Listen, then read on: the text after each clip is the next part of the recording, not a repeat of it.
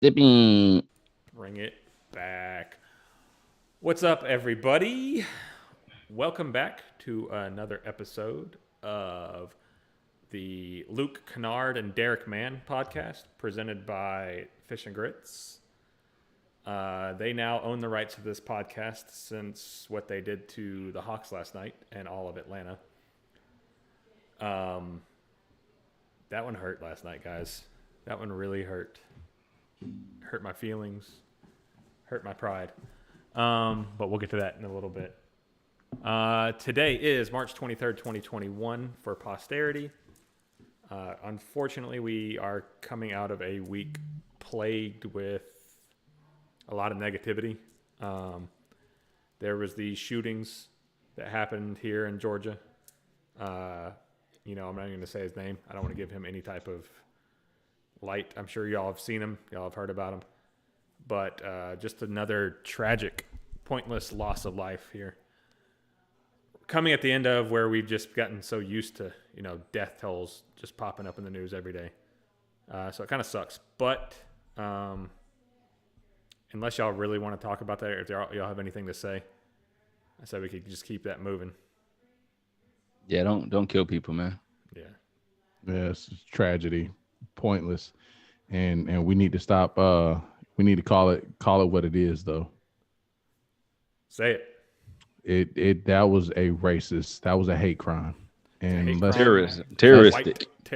Another local nationalist white terrorist. Let's not. It's not just a bad day. He was not just having a bad day. That's garbage. That's the fact that we can't say that we have domestic terrorists is absolutely ridiculous. I mean, it is weird though that I found it weird that the cop would have even felt compelled to say something like that.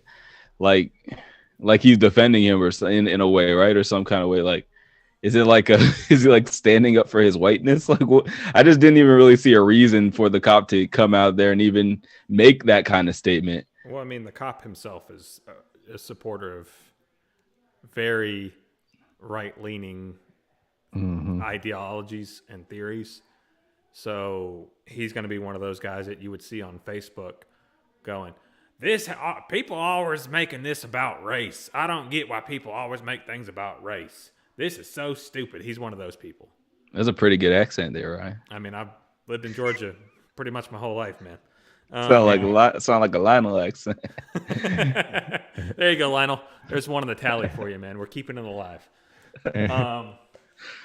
So, I mean, that doesn't shock me, man. There's a lot of people that look like me, and they think like that, and it just sucks.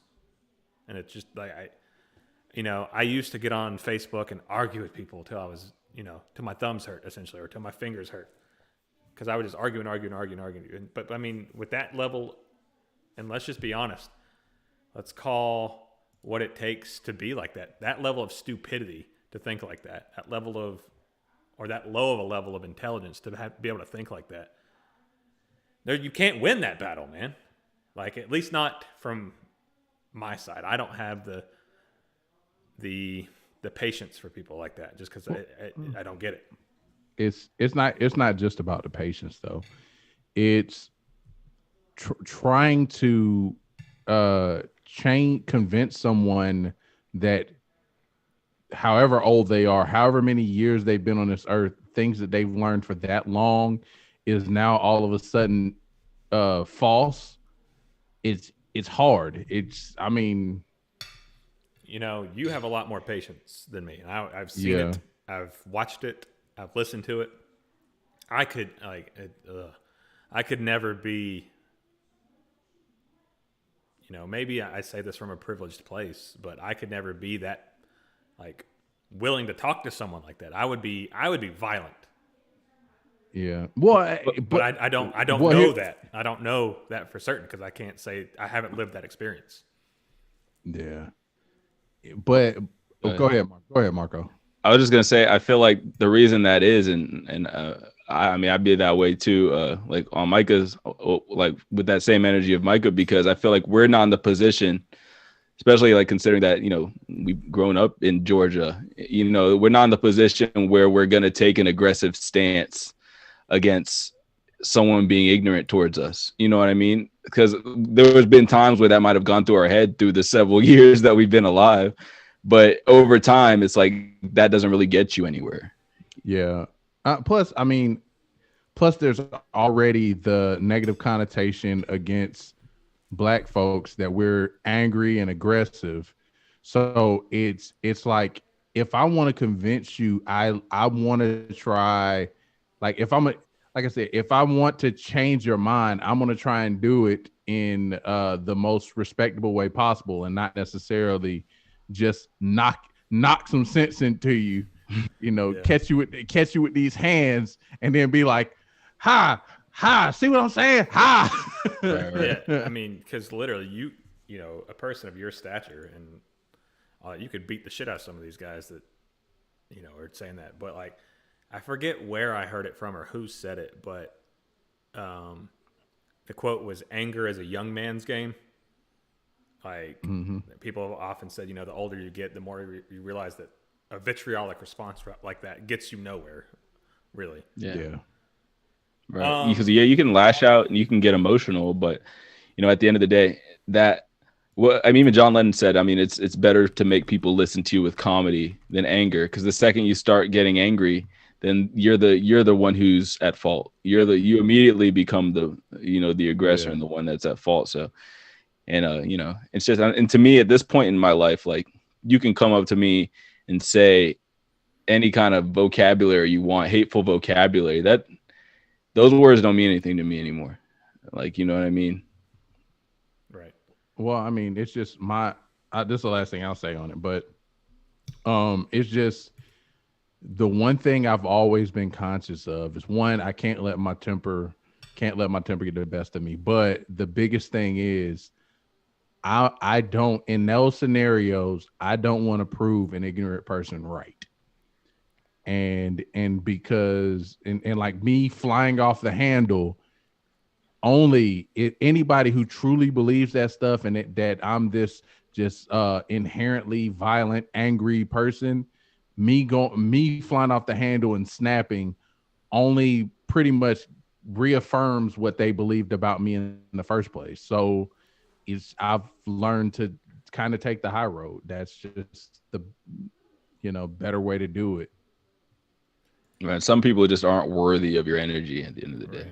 Yeah. That just sucks, man. Like, that shit pisses me off sometimes when I hear y'all have to say that. Because, like, that's crazy that you live in a society that you have to do that. That's just, it's fucking dumb. And it sucks. And it's unfair. On the heels of that, we had another mass shooting in Boulder, Colorado. I know this is terrible.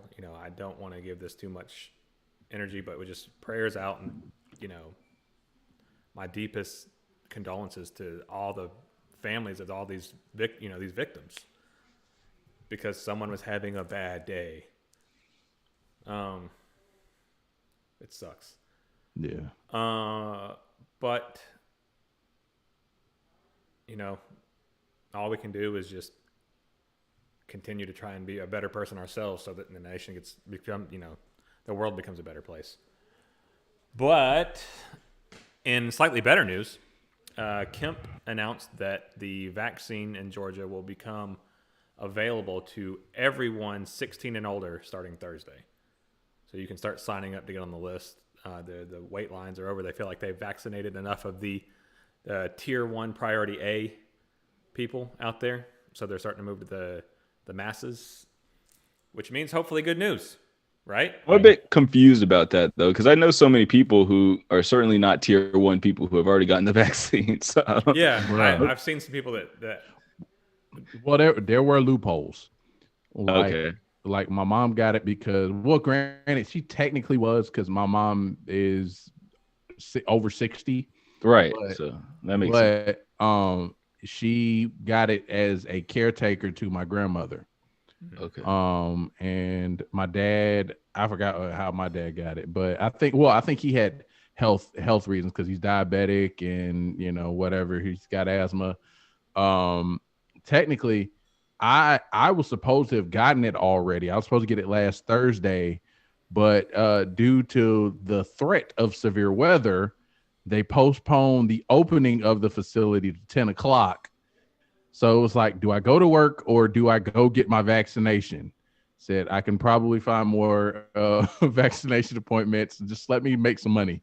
So I decided to go to work. So why were you able to get on the list despite not being tier 1? Well, technically, the first time I did, I went as I put myself as a caretaker for my aunt, my 90-year-old aunt. Okay. But I'm actually going Thursday to take it, and because of I've followed the as far as like the weight, if you obese or whatever, and I have asthma. I was diagnosed with asthma, so yeah, I technically could have gotten it in that group. So.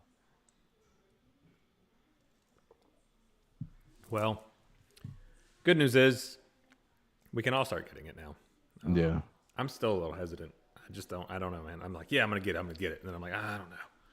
I'll wait for all y'all to get it, and then I'll see. I'm waiting for LeBron and Steph to hold hands and get it together on TV. Well, my thing is, so of my family, my mom's has already gotten both doses. My grandmother has gotten both doses. Now they both got Pfizer. My 90-year-old aunt got both doses. She got Pfizer. My dad got the first dose of Moderna. My oldest sister, I believe she's gotten her first dose. So all in the family. God damn, Micah. Yeah. A whole squad. Where'd all the doses go? Everyone turns and looks at the Poole family. So oh, trust me, that's nothing. My cousins on my dad's side, so my 90-year-old aunt on my dad's side, one of them, she's got 11 kids and about 70 grandchildren, and almost all of them have gotten the vaccine. It was like, how Sway, y'all got like 200 people. How are all they y'all have their family reunion. They're like, we're good. Yeah, but yeah. So so far, nobody in my family has had adverse effects. So yeah, I'm just like, let me go ahead and get it out of the way. That's cool. Well, we'll see. Hey Marco, I hear Walgreens doing Johnson & Johnson. Walgreens doing Johnson & Johnson. Like the South Park episode where Walgreens was like, I need a shot. I just need a shot. It's like, give me a shot. I just need a shot. 79 bitches.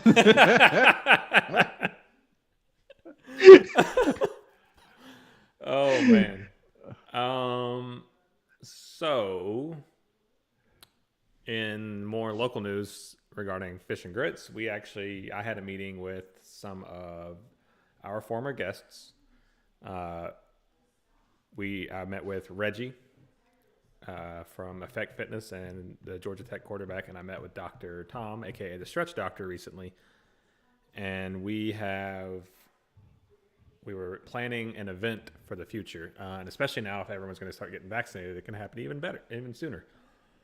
So we'll be hosting an event, 2 events actually, in the upcoming future, both held at Effect Fitness.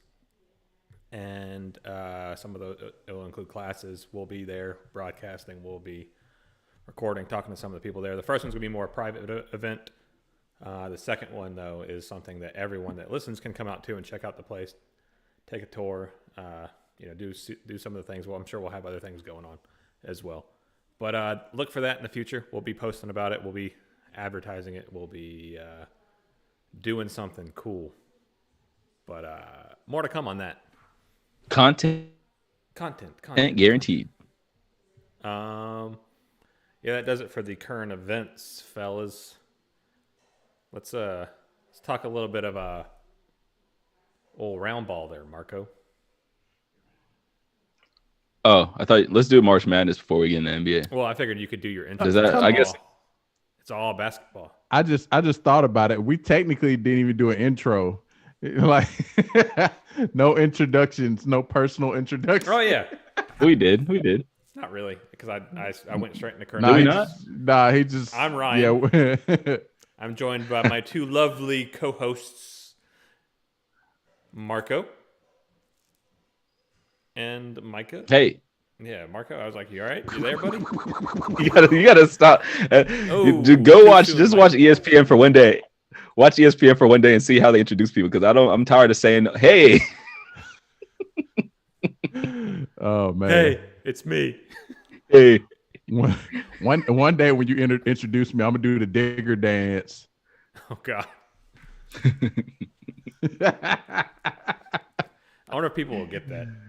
Oh, Are we man. too old? Okay. So good old Digger Phelps.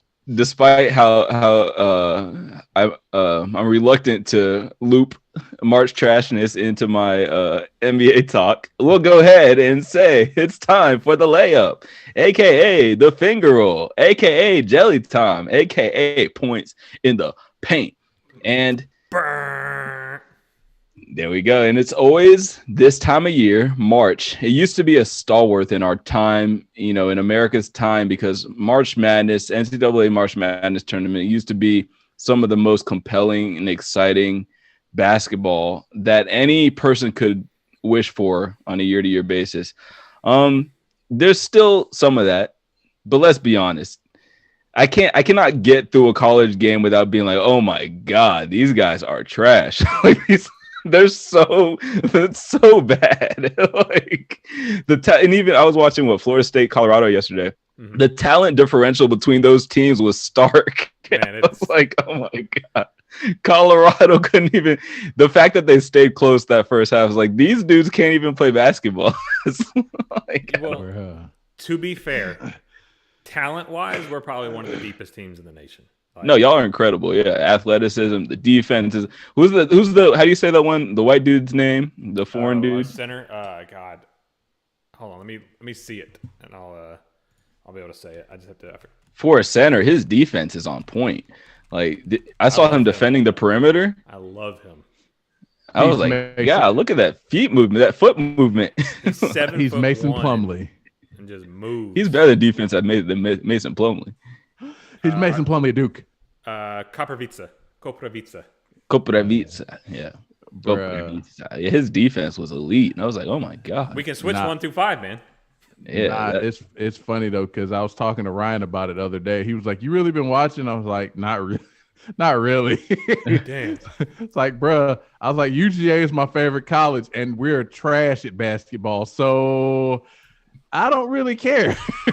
Yeah, I mean, UNC is my in Miami are obviously my college teams. UNC didn't really stand a chance. I thought they would do better than they did, but they definitely should have gone further, man.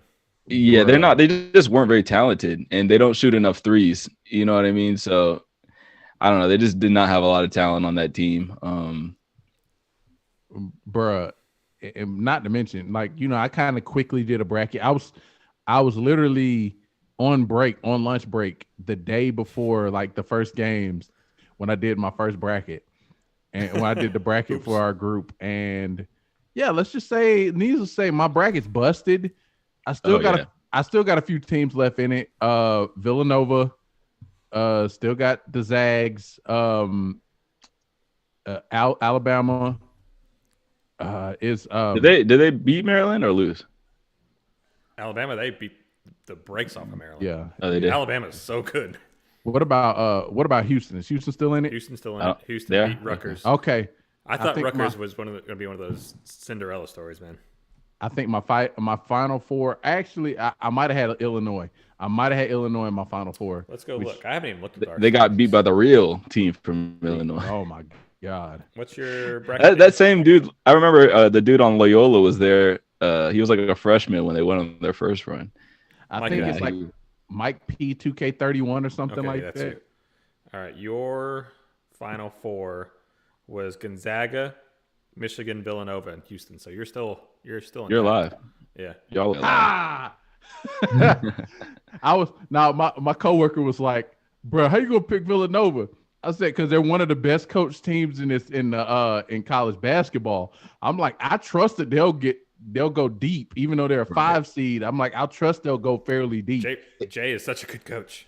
in college basketball, is if you can rebound and block shots, like you're in there because come tournament time, especially these days, no one's making shots. Well, so just as long as you don't require your bigs to score most of your points. If your offense revolves around your bigs, you're not making it to the championship. I don't know about that though. That's definitely not been the case most years. You have to have a big with a point guard. If you have those two, you're straight. Like, and that big might not equal out to being a good NBA player, but it's like the Tyler Hansbrough effect, or you know what I mean. Don't lose my Tyler Hansbrough. He was in China dominating before COVID. He was averaging like 25 and 20 in China. And he's only like 32, so he still had years left. He could have played in the NBA. No. Let's not go that far. Let's not go that far. What's interesting though is just in terms of, so Michigan is sort of the team that I picked to make it to the Final Four, and I know they got to play Florida State in the next game. I'm like, Michigan, I don't know how they're so good. Like, I watch them and I'm like, how do these score? Like, they literally don't have anybody. Huh? You watched them in the tournament? Yeah. They're missing their best player right now. He's out. Oh, they are? Yeah. Is that what it is? Okay. Because I watched them and I'm literally like, I don't see where the points come from, because they had that 1 point guard, number 55, who's a pretty good shooter. He looks like Russell Wilson. But it's like, I just don't see how they put up points. And then meanwhile, Florida State got like 3 or 4 NBA players. So I'm like, what is going on? And we got like 2 guys that'll go to the league this year. You probably got 2 more that'll go next year, and 2 after that. My only thing with Florida State is, like, every game I've watched them, they've played bad in the second half. Mm-hmm. Yeah, that's true. No, not the last one. The last one they played good in Colorado. We played in the second half. I didn't see that game. We lose.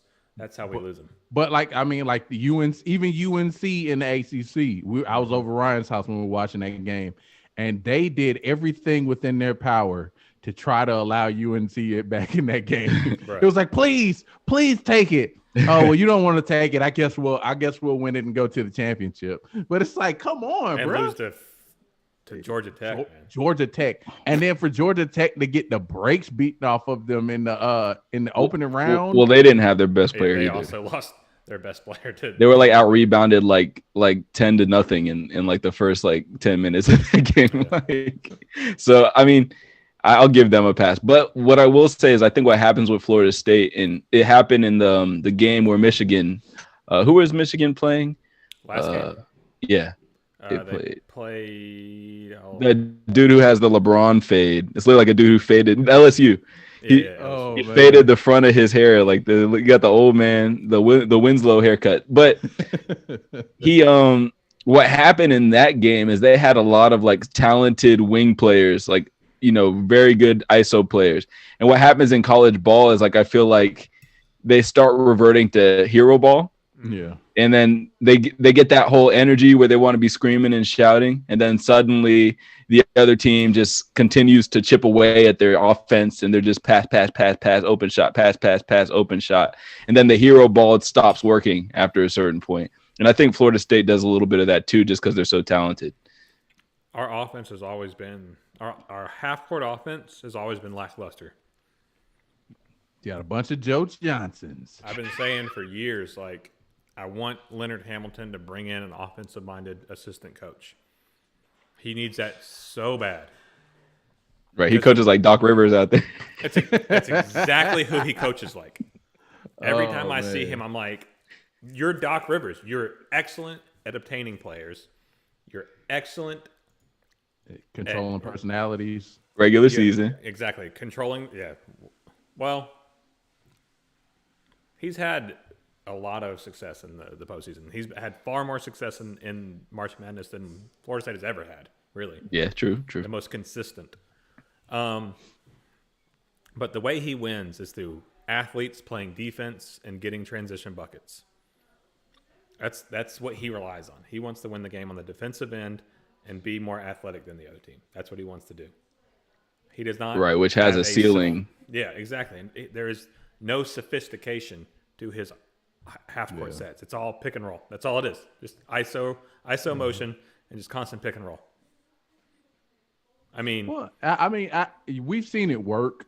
Like Jerry Sloan's Utah Jazz offense was one of the most efficient pick and roll offenses you could ever see. But there were other facets to it that, if they took away the pick and roll, you could kick out the Jeff Hornacek in the corner or something like that. Or if you run into a buzzsaw like Michael Jordan. well, the reason that type of pick and roll is not as effective anymore, it's because teams can switch 1 through 5. Yeah. Like you don't fear that as much anymore. So, like, yeah. But not to when mention you get to elite levels. Like right. Iowa. Nah, it's funny though, because my coworker was talking, he was watching the Iowa game, and he was like, Iowa center, man, he's balling right now, boy. He put Luka Garza. And I was like, bruh, first of all, I don't trust Iowa centers. I said the last Iowa center I remember that was supposed to be great was Spencer Hawes, and you all know how that went. So I said, second of all, I was like, a team that's that reliant on their center to score, you're not going far, because Luka Garza is talented, but he's very slow. Like he's gonna get swatted a lot in the NBA. Oh my God. He's gonna be relegated to like the third big man off the bench. Right, he's gonna get swatted so much. But I mean, his shot is pure, and he has offensive skills. Don't get me wrong. He's gonna be Bruno Fernando. Oh God. He's better at offense than Bruno Fernando. He's better at offense than Bruno Fernando. Yeah, he was, but Luka's game is more refined than Bruno's was in college. He's just slower. But I will say, just to your thing about another reason why that, just in Utah's case, why that was so effective is because in the 90s and early 2000s, or maybe not the early 2000s, but for most of the 90s, it was illegal. It was considered illegal defense to play a zone or to play box and one. So, I mean, there's a reason why that was that much more effective during their era. Yeah, but I mean, there were also other things like, like Stockton could shoot.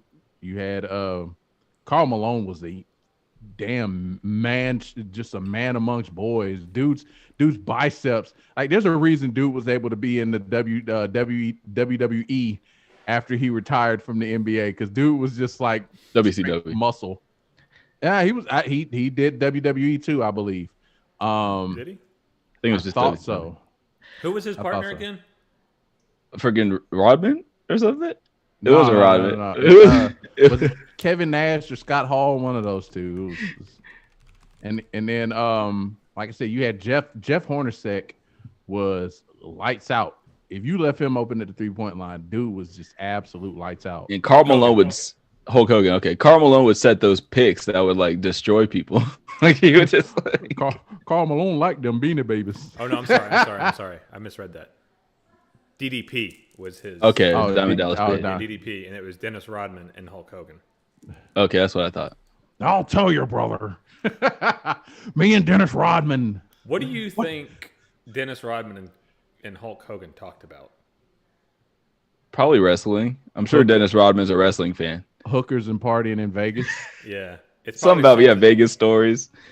So tell me something about Michael Jordan, brother. Like, hey, brother. So is Michael really that good, brother? Could he handle these 24-inch pythons, brother? Jordan, what you gonna do when the Hulkamania runs wild on you? Your Hulk Hogan impressions is on point. Oh man, brother, that's good. That's good stuff. Can you do a Booker T impersonation? No, I could. Booker T. Can you dig it, sucker? Sucker. That's all I know.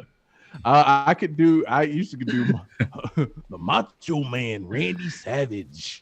He's probably the funniest. If you listen to his clips, he's the most incoherent. Oh my God. Because Cruz came home with a Randy Savage toy the other day. You saw it because it was the day. Right, yeah. Because I got you the shirt. I need to wear that on the podcast.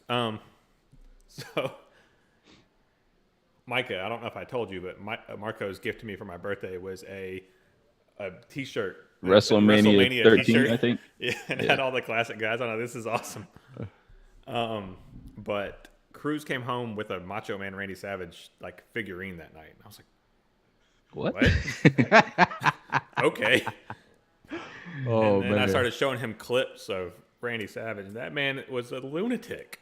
Yes. He's like, the Macho Man, right? You know, because of me and the hurt. It's like, what the hell? No. Like, What? the steroids? One of the funniest cameos was his cameo in Spider-Man. Boom, Oh, yeah. Ready? Yeah. Where you wrestled him? It's me and you 3 minutes of playtime. Rest in peace to a legend. No, that was a good Oh, man. little Toby Maguire. So, any last words on March Madness and just expectations? What y'all think is gonna happen? What do I think is going to happen, or do I want to happen? All right, I'm just saying Florida State's going to win it all. The Zags. Yeah. Yeah, I still think it was like there was literally in that game they had against Oklahoma, the line was like negative 15.5. Oh. And they covered. I was like, what the hell? How do y'all cover against a freaking how did Gonzaga cover 15 points? Like I didn't even understand. So I don't think anybody's gonna give them any I don't think anybody's gonna give them any kind of resistance on their way to this title. So I said I chose for my final Gonzaga beats Houston 64-52. Whoa. I hope that happens.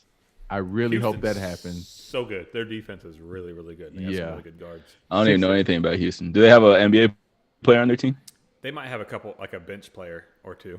Yeah, a couple. I've seen it. That's the thing. But these days, when you watch these games, you're pretty much just looking for G League second rounders, third round guys. That's why I thought Rutgers was going to go, because they got two guys on their squad that'll make it for sure. Well, right. But you know it's funny though, because some of the I've noticed that some of the best teams in college basketball very rarely do they have a standout. A lot of the ones who really go deep are the ones who are just really talented top to bottom and really well coached. Right, and stay together. Like a lot of those North Carolina teams just didn't have exceptional like star players. But they were well, I would sort of disagree with that because Tyler Hansbrough wasn't a star, but on that team he had like freaking Ty Lawson and Ellington, I think, was on that team. I think he had, and then Danny Green was on the one before. So they have for a whole bunch of first rounders who were in the league for 10 plus years, even though Tyler Hansbrough wasn't a standout or Sean May wasn't a standout. But they have it's the guys around them who were like super solid NBA players. That's what I'm saying though. I'm not saying that they don't have NBA talent. What I'm saying is you don't have Vince Carter coming out of North Carolina every year. Yeah, a lot of those championship teams didn't have a Vince Carter or Michael Jordan or James Worthy. A lot of them were just really good. Roy Williams is an amazing coach. He had and had enough talent and enough guys who stayed in the program long enough, and they were cohesive enough that they could just beat teams who had more talented players, and that's what it was. And that's the bottom line. And that's the bottom line, because Stone Cold said so. Way to end it. Symmetry. Nice. So as we roll on, let's get into some NBA. So yesterday, was it yesterday that Elgin passed, or was it the day before? I think it was 2 days ago. Yes, it was yesterday. Was it yesterday? Okay, so NBA great, legend, Hall of Famer, one of the best, the top 50 players of all time. Elgin Baylor passed away. This man, it's like he's sort of underappreciated for reasons, but let me just give you a little breakdown of his career for those listening. He was obviously played for the Lakers for his whole career. The impressive part about him, he is third on the all-time list of points per game, only behind Wilt and MJ at 27.36 points per game. And this is a guy who stood 6'5", which was probably generous, a generous 6'5" at the shooting guard position, dominating in the 60s and 70s. So, or mostly in the 60s. He once dropped 61 points in a playoff game, 71 in a regular season game, and then he had a handful of other 60-point games throughout his career. He also served as a mentor for Jerry West when he first joined the team. And obviously we know Jerry West was a similar kind of scorer to Elgin Baylor at his stature, which was very impressive. But he has obviously inspired him. He also is an inspiration for Julius Erving. And pretty much any other player that was ever able to dominate the game with acrobatics and athleticism, including the GOAT, Michael Jordan, are all, inspired by his play. Like if you're young and you haven't seen Elgin Baylor, go look at some highlights and you'll be impressed. You'll be like, wow, this is some of the stuff we still see today. And although he never won a championship, he actually retired the year before Wilt and Jerry won theirs. He is still considered one of the greatest Lakers. So I just want to say RIP to Elgin Baylor. Rip. Yes, sir. So as we get in to this NBA news, so it came out this weekend that our favorite young player, Lamelo Ball, the fan favorite, probably one of the most exciting rookies in the league. He probably is the most exciting, especially considering like how much all these little NBA players, like he could throw like a simple pass, a no-look pass, and it'll be on the top of everybody's feed. But yeah, so he fractured his wrist. It was interesting because he actually played a game after that, and he was just questionable. But then after that, I guess they decided that it wasn't worth it, and they went ahead and sat him for the rest of the season. So my question to y'all is this is a two-part question. So I'll ask the first one.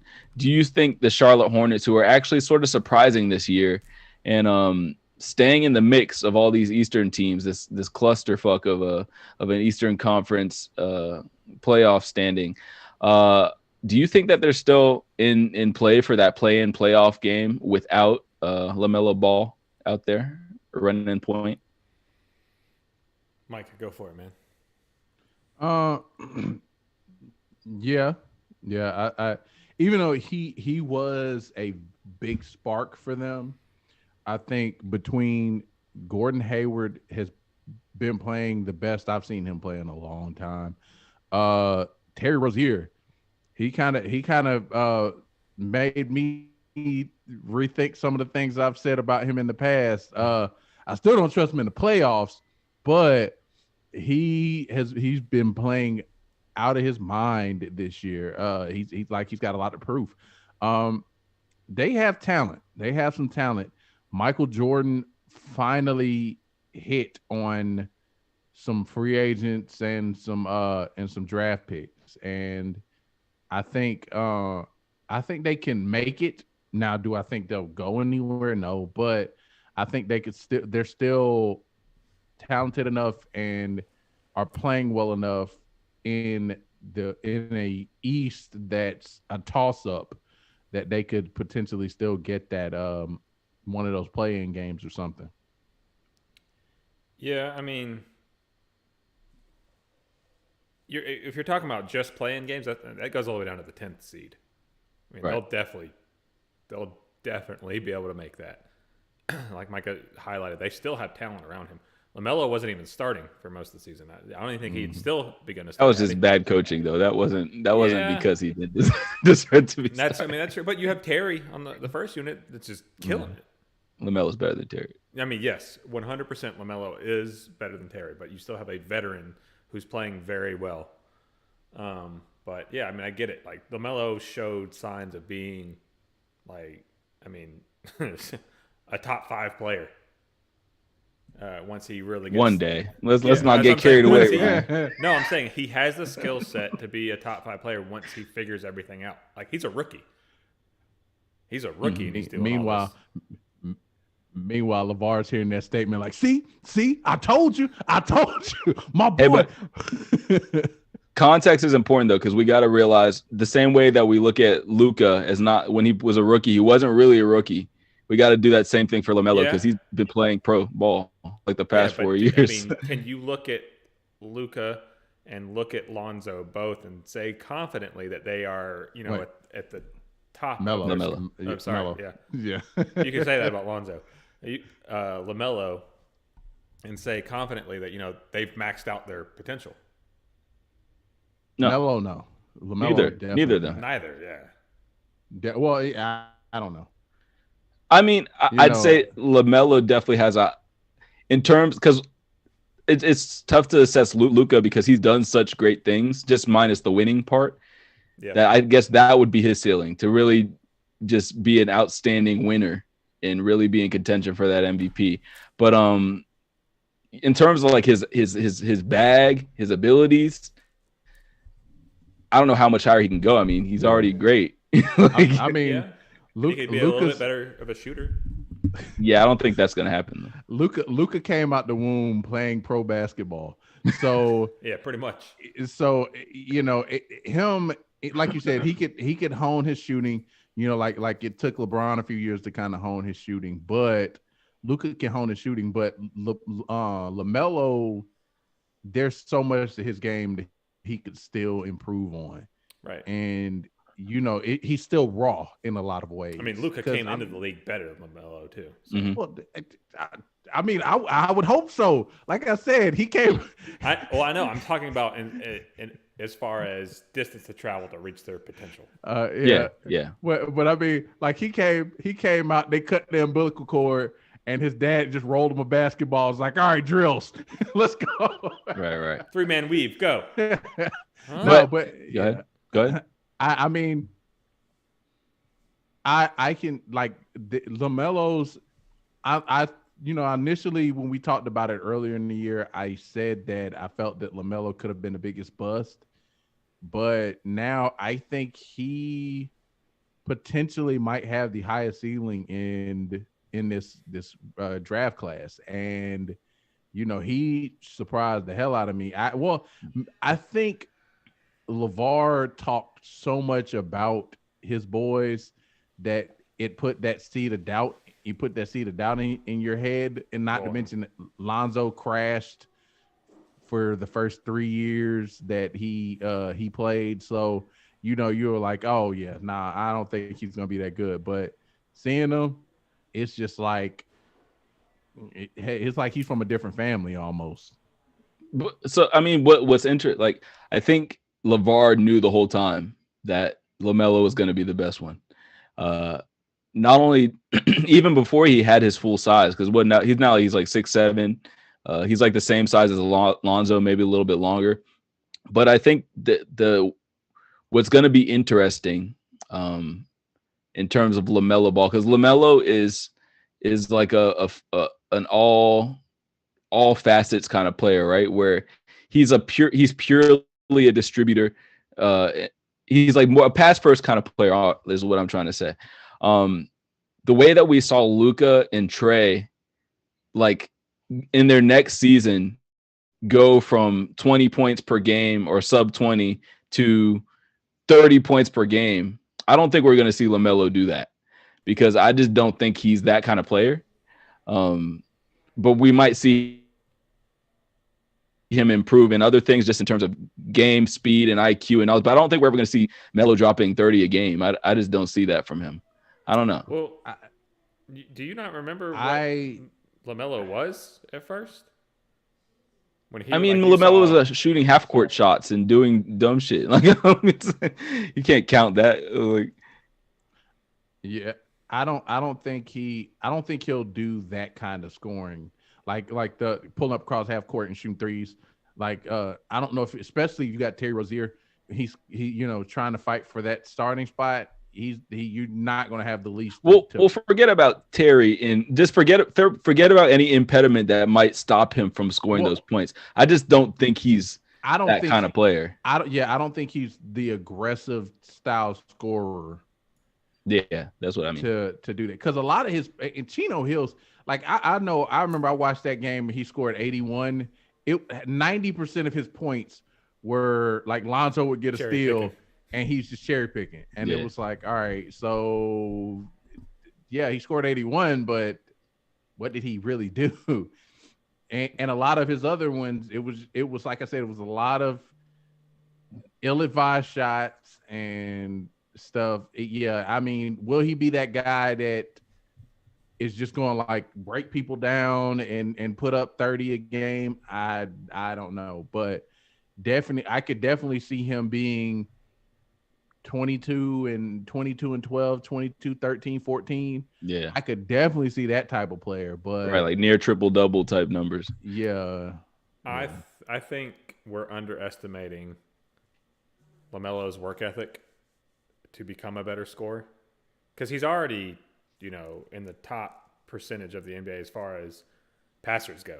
I mean, the dude has got spectacular. And he's a natural scorer, sort of. Yeah. So, I mean, if we don't think LaMelo is about to take this extra time off and become a more versatile scorer with it and to become stronger, we're crazy, man. That kid is going to go put in the work, and I would not be shocked at all if he comes out and averages 25 points a game next season. I would. Or what if I'd say that. What if he comes back playing like LiAngelo? Yikes. What? Back to the wait, did they trade him out? Where'd the other Ball brother go? Posting up at the 3-point line, turn around fadeaway three. Like, dude, what? Bro, I mean, without even like, he's already better than Lonzo is. Like, yeah, in his short little time in the league, he's already better than Lonzo. So, I mean, it's an offensive player. I think he's a capable scorer. I just don't know if he, like Micah said, I don't know if he has, and it's not even about, you can put in as much time as you want, but being a 30-point scorer, 25-plus point scorer in the NBA is, I mean, it's tough, man. It's like you got to be a dog and go get. I don't. Maybe I am underestimating the dog in LaMelo, but he seems like so like lackadaisical and just like little privileged kid. Like that's just the vibes I get from him. Like a super talented privileged kid. So I just don't think he'll ever assert himself that much to be like just drop all those points. I don't know. But moving on, let's go on to the next question. So the Rookie of the Year conversation obviously opened up with LaMelo out because he was going to be the winner. Huh? I feel like it's a question we got to ask. What? About the Cam Reddish and Lonzo talk. That's when we get to Hawks talk, man. Oh, Hawks it is? Talk. Sorry. I scanned ahead and I didn't see it. My bad. Hawks talk. Always for last. Always for last. Hawks talk. So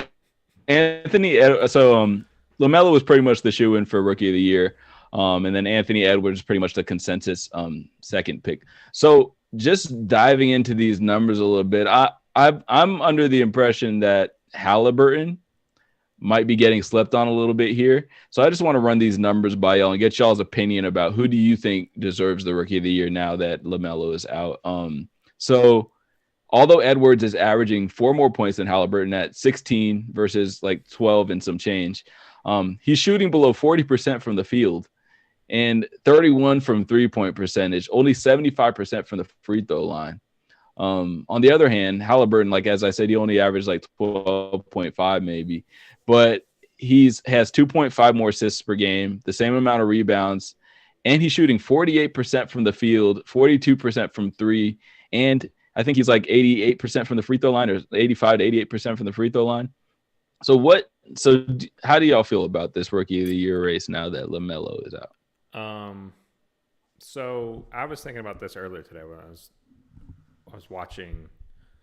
I forget who I was watching. They were talking about him. It was Jalen and Jacoby. That's who it was, and they were showing LaMelo stats, and they were asking essentially the same question: who's probably going to win Rookie of the Year now that LaMelo went down? And I thought about it. I was like, why does anyone else have to win it? Like, it was clear as day LaMelo was the best rookie, of this season. Hands down. I think anybody out there right now would be like, LaMelo was going to win Rookie of the Year. He was second overall in points scored for rookies, first in 3 points made, first in assists, first in rebounds. So, to me, LaMelo is the best rookie this year. Therefore, he is the rookie of the year. So I don't think that just because he misses half the season because of injury and people pass him in amount of points and things like that, they should win it. Like, I'm still viewing it as who was the best rookie? LaMelo was. Hands down, he should win it. So I don't think they should give it to someone else just because he got hurt. That's fair. That's fair. Who's the number one scoring rookie in the league? Anthony Edwards. Oh, Anthony. 16 points per game. That's really why he's up there. But really, I'll say this. Highlight wise, what separates Anthony Edwards and Halliburton is Anthony Edwards gives you more highlights. The dude can jump out of the gym. Dude can posterize people. Halliburton's he's a very good guard, but it's not, you don't have the flash about his game that some of the like I said with Anthony Edwards. So neither one is on a playoff team right now. So you know, it's like picking, it's like, all right, who's the best on the bad team? Honestly, the only other person I can see possibly working his way in the conversation is Wiseman, but he's been injured. He don't even start anymore. Yeah. They took away his starting position. Wiseman started okay, and then just kind of went. Yeah. Yeah, he got hurt. Then they took him out of the starting lineup. Now he's just sort of average. But I mean, I think he'll still be a good NBA player. Don't get me wrong. He's better than Okongwu. But I mean, Knight is better than Okongwu. Bro, that made me mad. Like, the fact that we're sitting here talking about Lonzo Ball now. Why didn't y'all just draft Halliburton? Like, what the fuck? Bruh. But nah, I think, you know, it reminds me of last year's rookie of the year. So, you know, Ja Morant, you know, a lot of people thought Ja Morant was the consensus, but when Zion came in, Zion was so dominant that he worked his way almost came close to stealing rookie of the year from Ja Morant. The problem was he missed so many games due to injury. It was just like, we still have to give it to Ja. So I think that's what even though LaMelo is clearly the best rookie, I think missing the rest of the season versus you got like Anthony Edwards and Halliburton who have an opportunity to finish out the season and finish out strong, even though neither one will probably be on playoff teams. I think so. One of them will win it just off of the fact that they finished. So my position here is that, I mean, I feel where you're coming from, Ryan, with the LaMelo thing. Like, obviously he's the best, but at the same time, these rewards are earned, you know, not given. So if you're there's only been 40 games so far, and that's a good chunk of the season. I'm saying, but there's still, these other dudes are going to get close to 70. So, I mean, I just don't think that would be fair to them, even though, I mean, LaMelo, like I said, he's the best. In my opinion, I think Anthony Edwards has the emptiest stats of all because the Minnesota's god awful. They're not even, to me, there's really no reason why they're as bad as they are. You know what I mean? Because, I mean, Cat is hella soft, and I mean, I know D'Lo, but I mean, and also Cat's going through his family tragedy or whatever that is. But they're just so god awful. He's putting up 16 points per game on that team. Right. Like, they're not even, at least Sacramento, like, they're bad, but at least they're on the fringes of maybe getting a top 10 spot. And I'll also say Halliburton contributes more to winning than Anthony Edwards does. Like, he dropped 24 yesterday and they won that game. So, I mean, Halliburton is the second best rookie.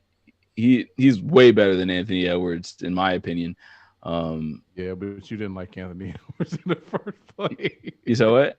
It's not that I don't like Anthony Edwards. I just he can't shoot. I see him for what he is. He can't shoot. He's not efficient. Like what? He's a guard that shoots below 40% from the field. I mean, hey, but you mess around and he'll put his nutsack on the top of your head.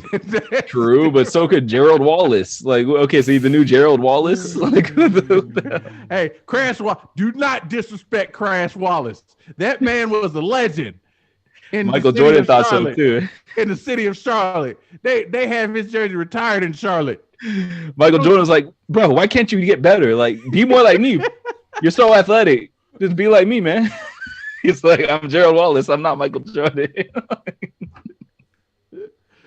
Wait, was that a real like? Are you saying that just from his actions, or did he actually tell him that? No, he believed he that's why he brought him there, because he thought he saw the talent, he saw the athleticism.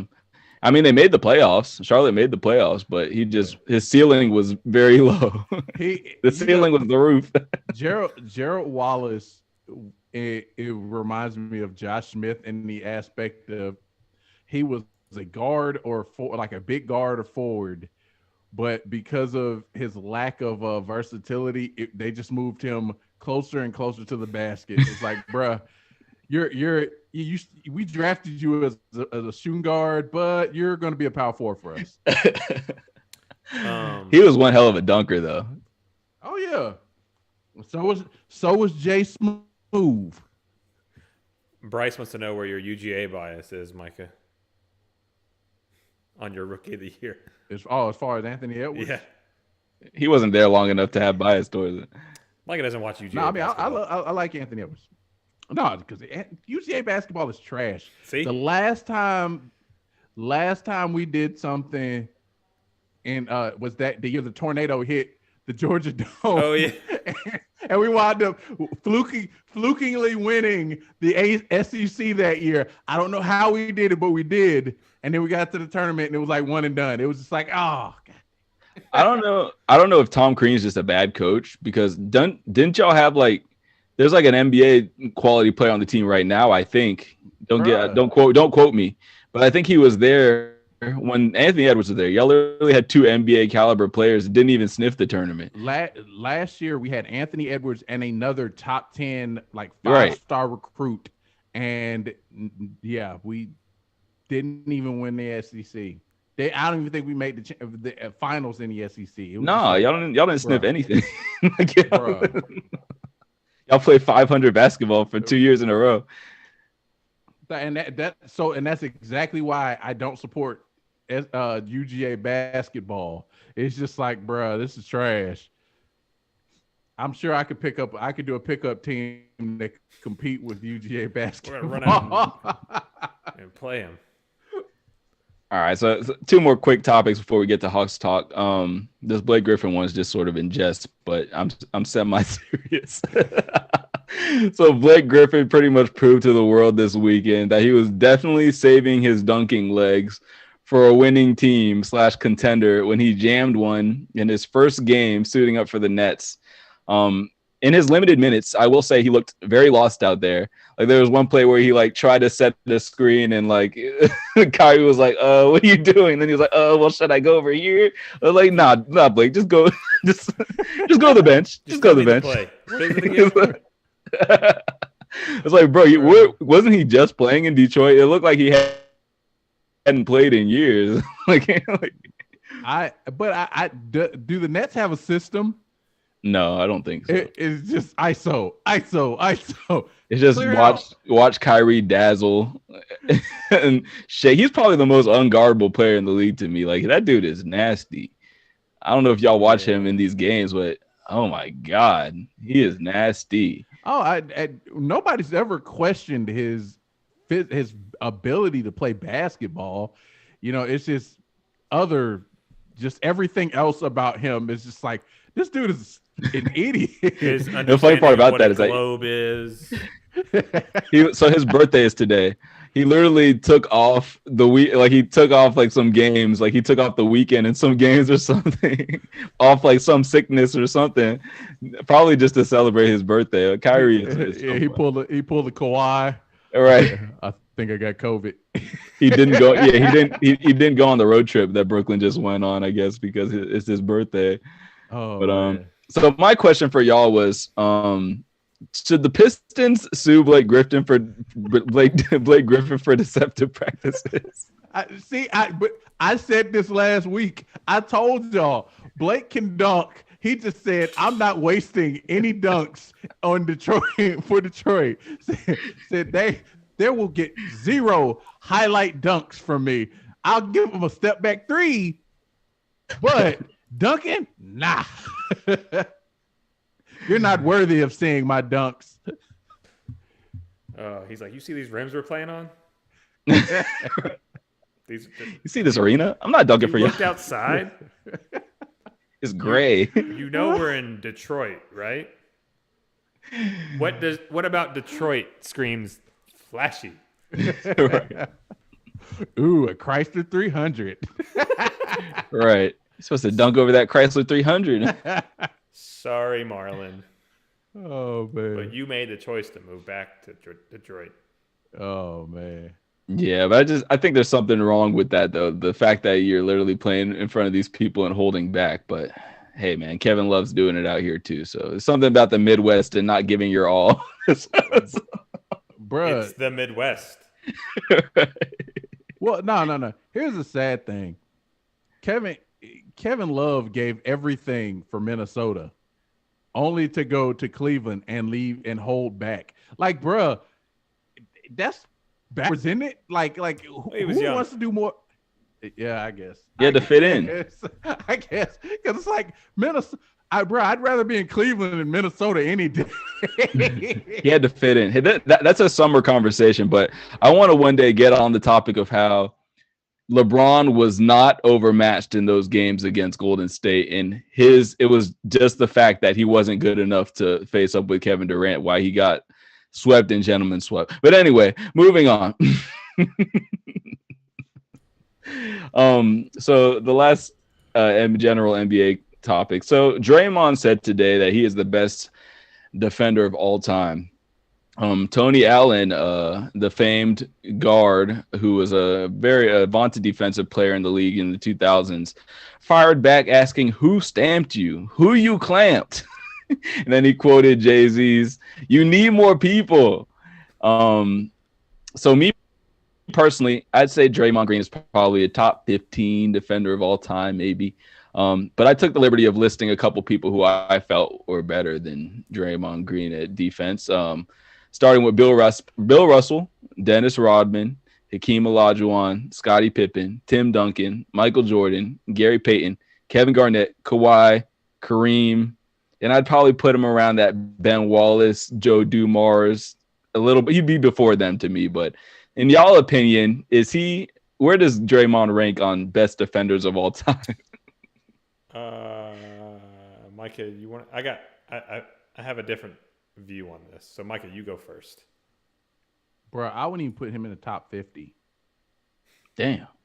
Bruh, who in a league of positionless basketball, when has anybody ever said, hey, give Draymond the toughest assignment on the floor?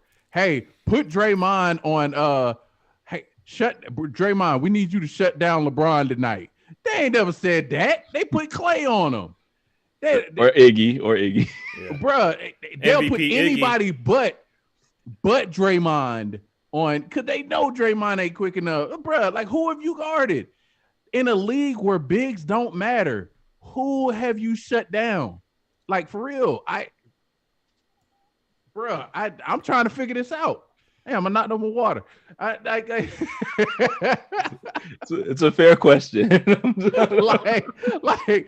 Bro, I could claim that I'm the most attractive looking man in the world. Doesn't mean it's true. I have plenty of people who could challenge that, refute that, and like, bro, you could say anything. Like, oh my God. This is very much like a Donald Trump-esque statement to me. There's no. Oh shit, Draymond Trump. There's no Draymond Trump. There's legitimately no evidence that you can legitimately lock this in that this dude is just that great. But in his mind, I'm the best. Oh, ain't nobody ever seen the court. It's better at defense than me, bruh. Stop it. He has to latch on to something. Yeah. Because it makes him think that he's not stealing money up in Golden State, averaging like 3 points a game. So, you know, I mean, I 100% agree. Talent-wise and athletic ability, and you know, just like getting out on the perimeter and clamping someone like you typically see. You know, that's typically who we look to nowadays for like elite defenders because the game is played at the perimeter. But I look at this a little bit different. Like, physically, is Draymond as talented, you know, with his lateral quickness as Tony Allen was, or Michael Jordan is, or like Gary Payton was? No, not even close. But Draymond can guard a guard if he gets switched off onto him and do a pretty decent job at it. He can guard 1 through 5 fairly well. And, you know, it's not going to be an easy bucket for you at any time if Draymond is on you. Like, no, he's not a lockdown defender. No one in the NBA is a lockdown defender anymore. The best defender in the NBA has realized that, and Kawhi has taken off a lot of time on defense now. Like, in the playoffs, he'll give you really good defense in spurts, but he realizes that the game is won on the other end. Like, if you want to be an elite guy who makes a ton of money, and I don't mean like win the game like it. I mean like win the game. Well, no. Are you referring to Kawhi? Kawhi, yeah. That's what I'm saying. Okay. I'm about to say because Draymond. Yeah, Draymond don't do anything on offense still. He'll be, you know, he'll catch a wide open layup from Steph every now and then, but and maybe hit a jumper here and there. He'll assist. Right. Yeah, and he'll do that as well. But, you know, like, right, he'll pass out wide open layups to assist. Draymond will never be in the wrong place. Draymond is not going to cost you defensively, and he's going to make sure the entire defense is in the right place. Like, you know, like, no, that's not a good enough example. I was going to say he was kind of like Ricardo Allen. He knows everything. Ricardo wasn't the most, you know, physically talented player on this defense, but we are surely going to miss him this year. It is going to be a significant drop-off on, you know, being in the right places up front now that Ricardo's gone. And that's the type of player and the type of defender Draymond is. Like, yes, he is a top 10 defender in the league right now. He's not the best by no means, but he's probably one of the best defensive players in the end that the NBA has ever seen. If that makes sense. Like how you did that. I like how you did that. Yeah, he's not the best defender, but one of the best defensive players. I like that. But yeah, I mean, like, I wouldn't be so harsh like Micah was on him, because I mean, it is true. I've never really seen Draymond lock down anybody. That's true, but he's a stalwart on defense in terms of he knows what's going on. He can get people where they need to be. He'll tell someone else, like, go over there, or blah, blah, blah. Clay, do this. Like, he's a director out there. I almost liken him to, like, obviously he's nowhere near as good at defense as Bill Russell, but I feel like in his time, Draymond could have been like Bill Russell, because Bill Russell was god awful at offense, but he still managed to win 11 titles. Like, so, I mean, Draymond wins at every level, and there's a reason for that. He has a high school national championship. He made it to the Final Four with Michigan State. I think didn't they win? Did they win? No, they didn't win. I feel like they made it to the Final Four. I thought he won. I thought they won with Michigan State. But let's see. Hold on, I'll check that. I'll check. I just like my thing is just this. I'm harsh because I do not like when people make these baseless claims, and you know, like, bruh, like how I'm the greatest of all time, bruh, for real. He got to pump himself up, man. Like, bruh, it'd be like, let me see, who's somebody that's very wildly mediocre, and it'd be like Devontae Freeman saying that he's the greatest running back of all time, and I'm like, wait, how did you come to this assessment that you're greater than all of these running backs. But let's be more like that's like Robert Ory saying I'm the best 3-point shooter of all time. Because you got to have to won. You have to have actually won something. We got to factor in the fact that Draymond has been a part of winning. You know what I mean? Draymond is an excellent basketball player. Yeah, you can't just be like freaking Devontae Freeman, who has never won anything, had 2 good seasons. Like, and no. He is known for his defense. It'd be like Derek Fisher being like, I'm the most clutch shooter of all time. And people might be like, maybe. Like, oh no. You could. Derek Fisher has been in the conversation enough in clutch situations to where he would at least warrant you looking it up.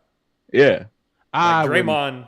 I wouldn't have is to in look that it conversation. Up for Derek Fisher. I wouldn't have to look it up for Derek Fisher. I wouldn't have to look it up for Draymond. I don't know. I think you're looking at lockdown defense as the only measuring stick here for a good defender, Micah. And I'd say Draymond's a better defender than Tony Allen, even though Tony Allen could lock people down. Yeah. No. I want my defender to be able to say, I want this assignment. Give me this guy and shut him down. So no only points. man on man defense. That's it. That's what I want to see. Even with zone, I don't care about zone. I want to see a guy that you say I can give my best assignment to him and I can trust this guy's under control. You don't have to, and it doesn't have to be necessarily a night by night thing or whatever. But like so like say they're playing LeBron. If LeBron is going off, I want to be able to trust my best defender to be like, hey, look, he's killing us. I need you to slow him down. But my counter to that would be that so Draymond is a de facto big man.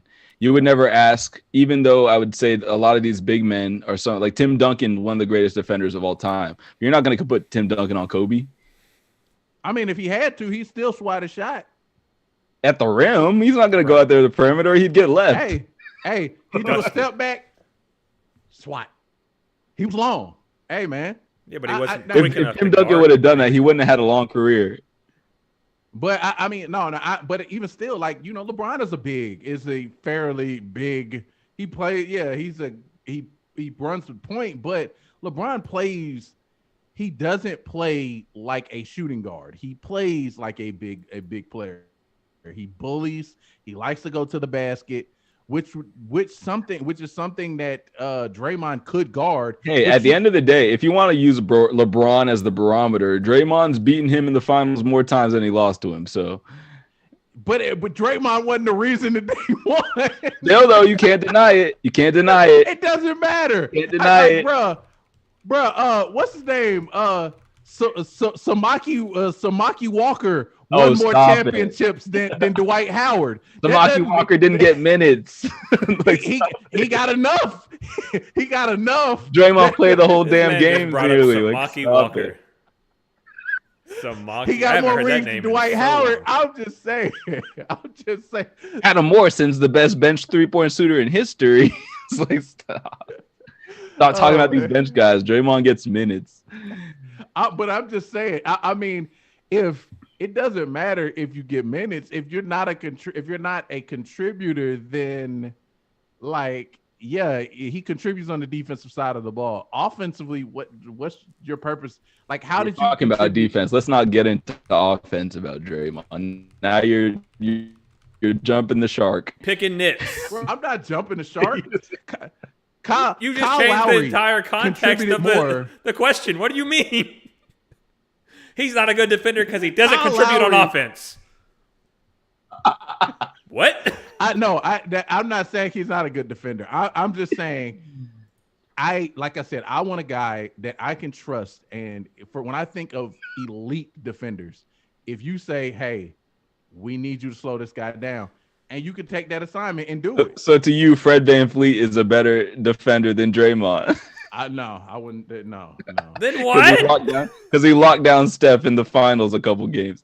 No, that wasn't actually Fred VanVleet though. That was more so team. That was team defense. No, that was Fred VanVleet.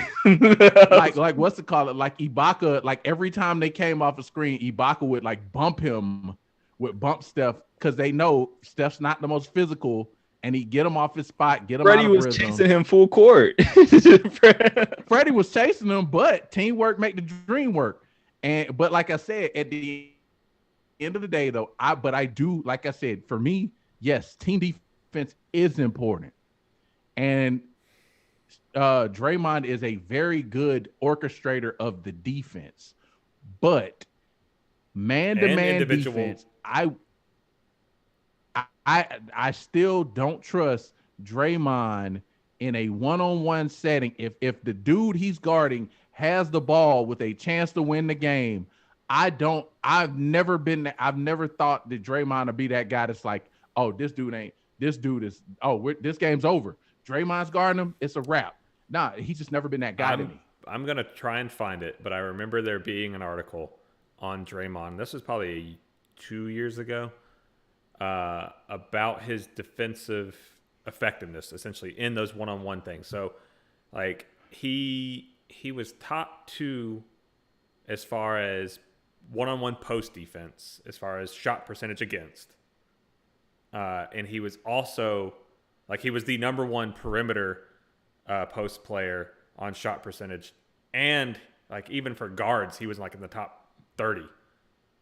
So sounds good to me. I mean, I'm going to try and find it. But when they were making the case for him, the numbers don't lie, Micah. Like, Draymond is an elite Draymond defender. checks out. Numbers can lie because they have Steph rated up as high as one of the highest defensive efficiency ratings too. I mean, so Steph that's a Where? What list has defense. Steph on that? There have been plenty of times where Steph. I will defend Steph's defense, but I don't know what list had him on the top as one of the top. When Golden State was like contending, there were years where Steph was in the top 10 to 15 because of Draymond. Also, because they always of put them on the other team's weakest player. They put Steph on him. Yeah, that's true too. But that could be with Draymond too. No, it's not. Put him on some. You put him on some bumps. You can put him on some bumps. Hey, guard Andrew Wiggins, man. You ain't. No, Draymond would draw AD, and that's the kind of people Draymond would draw. You saw what the Warriors did to the Pelicans in the they literally, I think it was a gentleman's sweep, but they handled them. Because who else was on the Pelicans? Drew Holiday, J. Root. I love Drew I Holiday. mean, they took care of Portland. I love Drew Holiday, but between Drew Holiday and what's it called and AD, I don't know why was allegedly a top 5 player in the league. And AD, like, bro, you're not gonna beat that Golden State team. You're not going to outshoot them. And then 2, everybody. I'm just saying, Draymond was able to lock down an alleged top 5 player in the league. I don't think he locked him down. All right. Anyway, let's go on to the Hawks talk. Plummeted. Let's get on to Hawks talk, man. I take Mason Plumlee over. Oh my God! Now you're just being ridiculous. Now you're just being an asshole. You jumped the shark 5 minutes ago, Mike. Get back behind. So, great vibes and this feeling of positivity have become a trend with our Hawks as of late, coming off this amazing 8-game win streak. That was, interestingly enough, we got that 8th game against the Lakers in Kobe fashion. The ghost of the Hawks past reared its ugly head last night as we took an L to a Clippers team that looked mostly disinterested for at least half that game, at least their starters, and had fell behind as much as 22. And in the second half, I think it was still like a 20-point lead at some point. But then what happened after some gutsy coaching by T. Lue, the bench of the Clippers, led by Duke gunner Luke Kennard, and wasn't Man a Florida State product? Mm-hmm. And a Florida State product Man came in and shocked us, setting the stage for the Kawhi to come in at the end of the game and knock down consecutive threes. in DeAndre Hunter's face. So, oh. when Kawhi celebrates. Of course, PG didn't show up, but the whole game he was picking up Trae full court. I was like, wow, this is respect. But what did y'all make of that? What happened here? And are there? And then the second part of that question is a 2-tier question. Are y'all concerned at all about Trae Young's ability to close games out? What happened was we got walked down. I mean, they're a very talented team, though. I like you say, if I knew we'd eventually break the streak, I really wasn't expecting us to go like 15, 20 games. But, you know, Clippers going to LA, playing the Clippers, it was. I honestly figured we'd break it at the Lakers, but, you know, LeBron went down in the first, and you know, that gave us a chance to play against a lesser talented Lakers team. But that Clippers team, just a little too much talent. Hunter's still not 100%, but, you know, Kawhi is a tough guard. And in that scenario, but as far as your question 2, am I concerned about Trae's ability to close? This year, it's been off. Like, you know, in years past, like last year, he was money. Whenever if he had the ball in his hands, you knew it was a good chance he was knocking it down. This year, I don't know. Maybe it's just the Lloyd Pierce factor. Maybe Lloyd doesn't. You know, maybe Lloyd put a curse on Trae or something like that. I don't know, but. You know, I hate the way this kid plays basketball. It's like, yeah, Coach, I'm standing right here. I am your starting point guard, Coach. Like, I don't know what it is. It's just like he's made so many bad decisions and taking so many bad shots down the stretch. It's just like, man, it's like he's almost regressed some.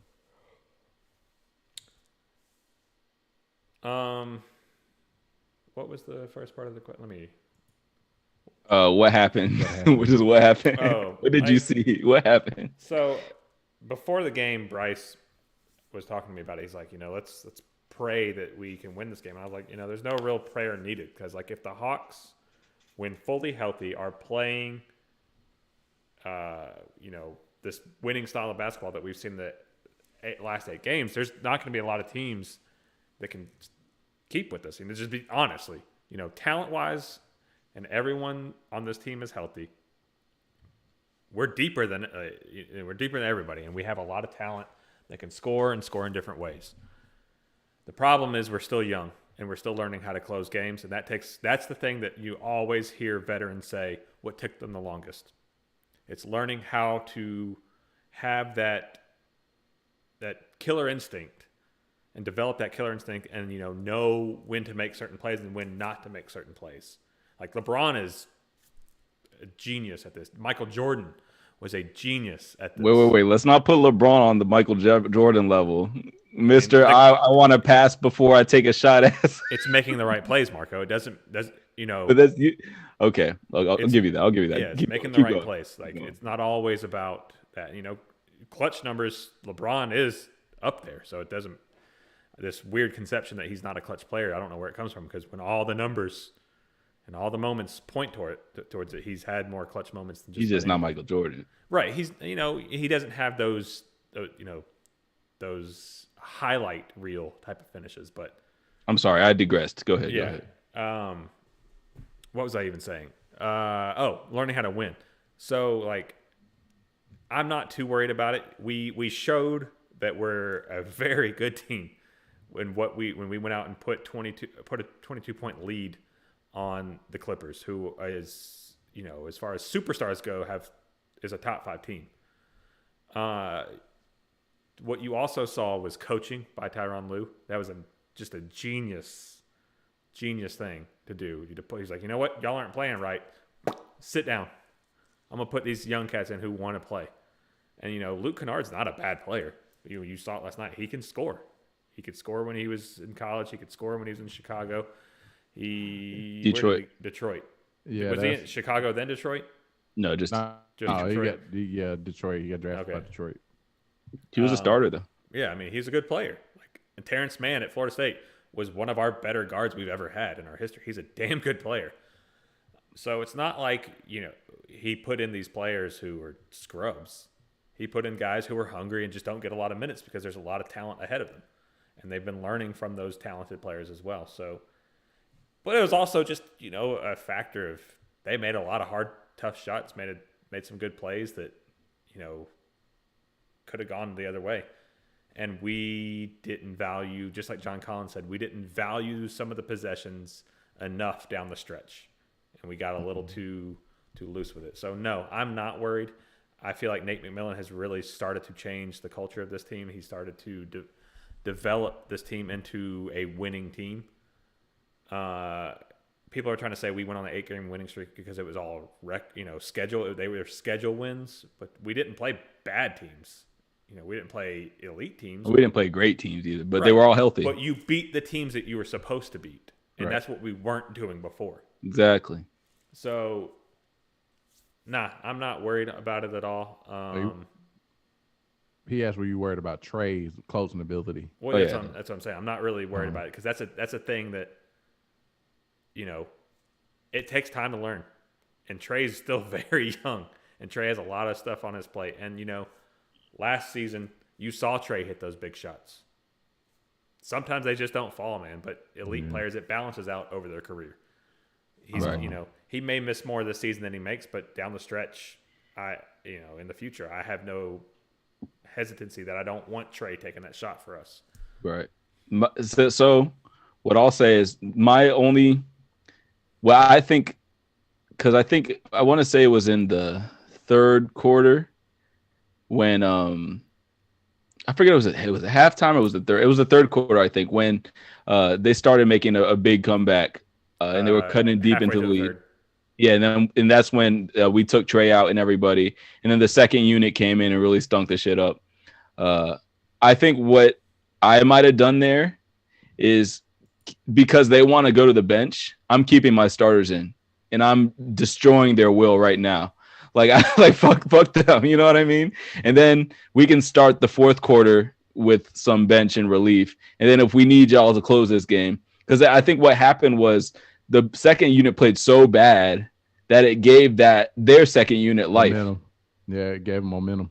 Yeah, exactly. So I think we should have maybe kept Trae in and maybe Capella or something, and then closed out that third quarter in a dominant fashion so that they didn't feel like, oh, we're still in this. Now Kawhi can come back, and you know what I mean?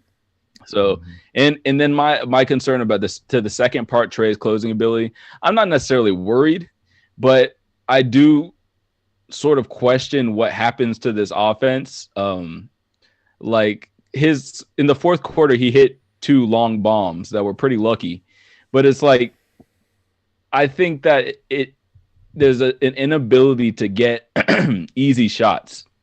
And it almost looks like we don't know what to do or something. Like I think Trae is just dribbling at the top of the key, doesn't give it up. And I've seen this, it's worked sometimes, but then when it doesn't work, it makes you question it a little bit. He's just at the top of the key, sort of dribbling.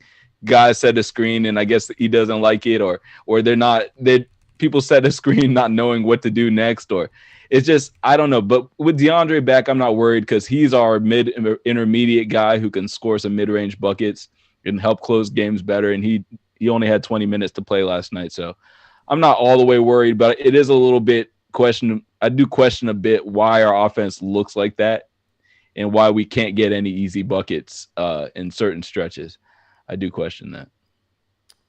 Yeah, I mean, about putting the second unit in, then that's when that's the typical time that he puts the second unit in, just to give the starters that rest. So I mean that's the reason he did. But yeah, I think it'd have been nice to see him change it up there because I agree. you get bench players in, like, hey, starters, y'all got some easy buckets coming. Right. Exactly. Because at the beginning when it first happened, I sort of looked at because Bogey took it to the rim and got a super easy layup, and I was like, okay, they're gonna keep cooking against the second unit because maybe they're better, but then obviously the rest of it is history now. But wait, one more thing before you get into trade talk. I want to say, this pertains to the Hawks versus Lakers game. Trezl, you tripping. Solomon Hill. There's a lot of things I would say about Solomon Hill, but dirty play. That was not a dirty play. He was going after the basketball after a loose ball, and it was just a freak accident. Right, very routine NBA. I mean, that's a routine basketball play. Like people roll their ankles all the time. Yeah, yeah.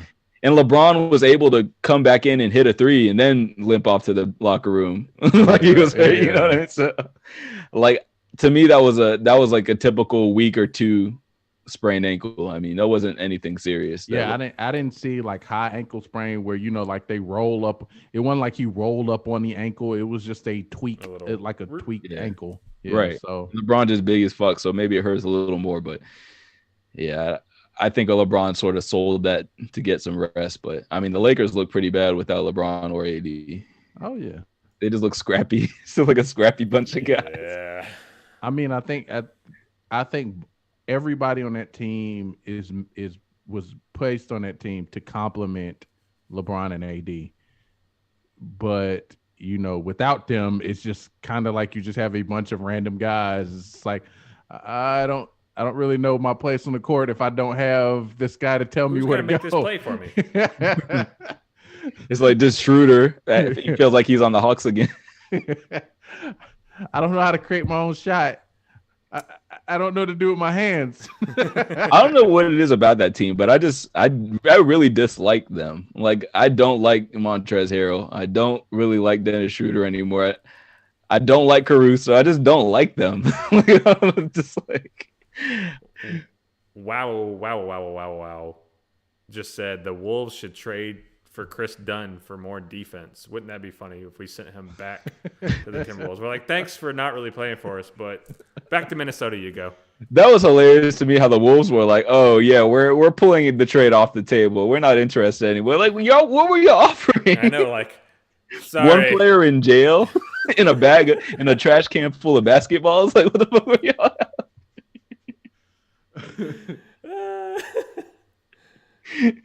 The Hawks were like, wait, that guy can't even play for us. He'll probably never play for us.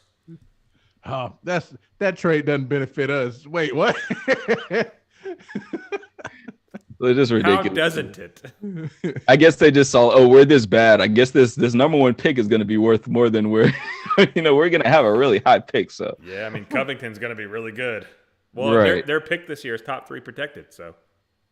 So yeah, I don't even know what they were tripping about. It's just funny to me that they would be like, oh yeah, like freaking Halle Berry hit me up, but I told her I wasn't interested. It's like, wait, what? She hit you up? My girl in jail, she's real faithful. Right? Like what? Anyway, so speaking of trades, let's talk real quick about some of these potential trades. That the Hawks have been involved in. So the players on our side who have sort of been put on the table, I guess John Collins is sort of off the table at this point, which I'm cool with. I'm happy. We're re-signing John Collins. That's fine. I'm going to speak into existence. I need him to get it. I mean, his jumper is be looking nice on him, but he's a damn good shooter. I think corner. And yeah, from that little post area, I don't know. He just needs some type of ISO dribble game to help. I don't know. Maybe some better post moves. You want him to turn into Blake Griffin? No. I didn't say that. I'm just saying he needs something so that he can score at will more. Because if you're a second option, we need you to score at will. You can't just get better, buckets off putbacks. He's gotten better, yes. If you think about what he was coming out of college and when we drafted him, a dunker and a low post guy, that was it. Or mid-range. Now he can shoot threes, and his mid-range face-up game is above average. I'll say it's above average. But he just needs.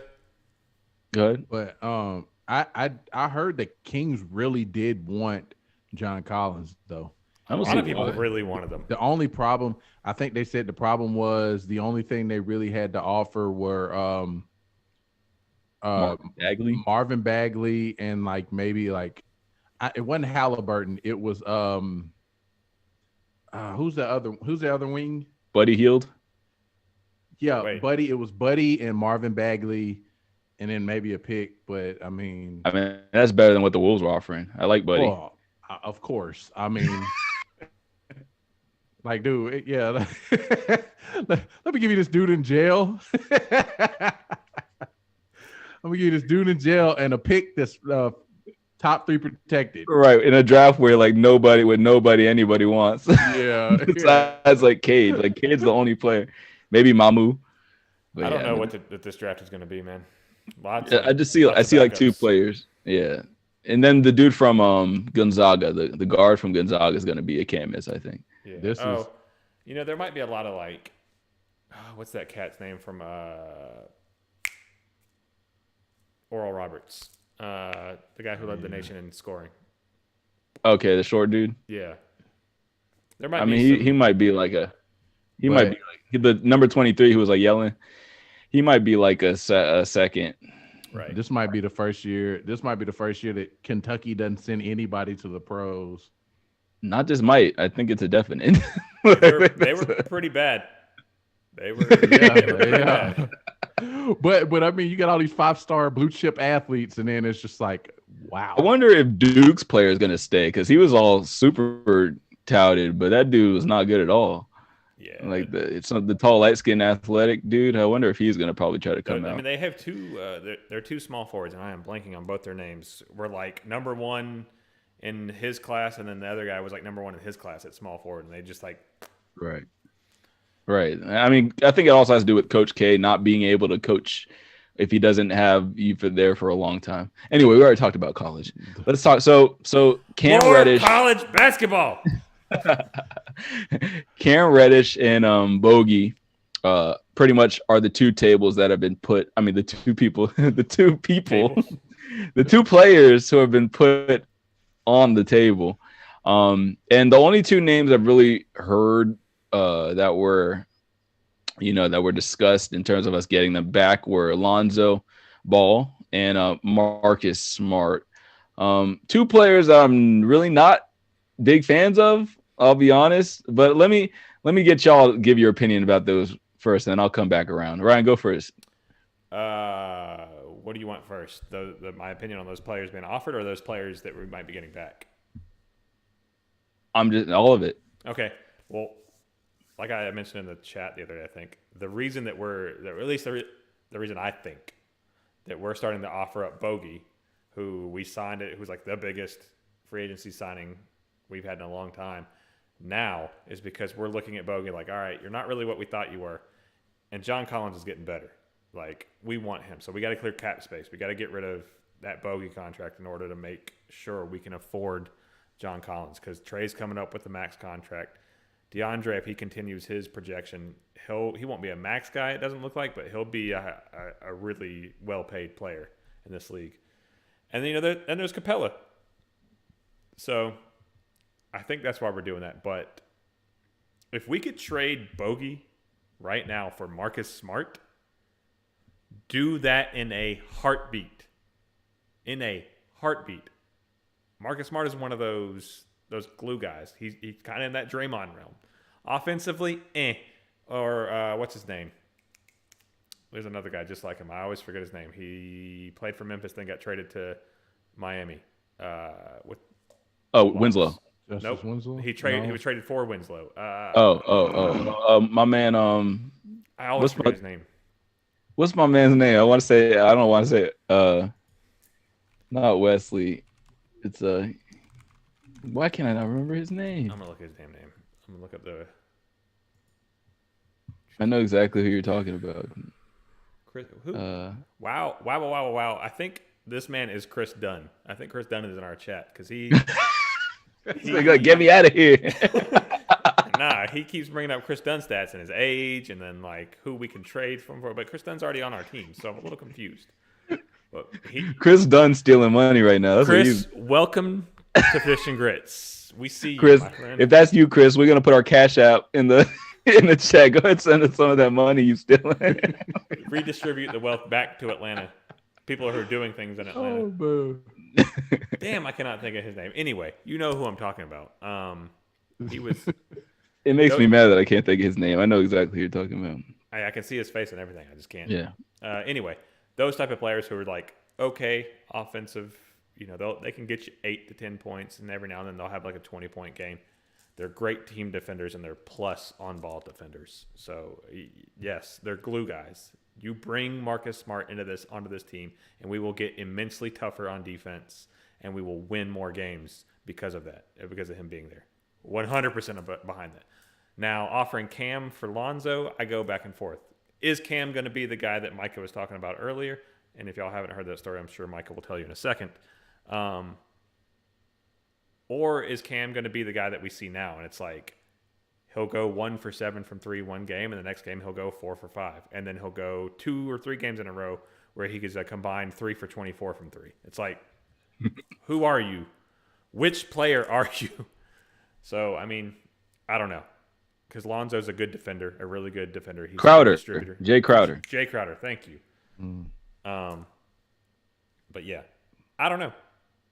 But the first one, without a doubt. Lonzo for Cam, I wouldn't be mad either way. I always forget to put myself at the front of the camera when I'm talking. Y'all get so much more camera time than me. Damn it. I would not. I'm sorry. I like Lonzo, but I don't want to trade Cam. It's something.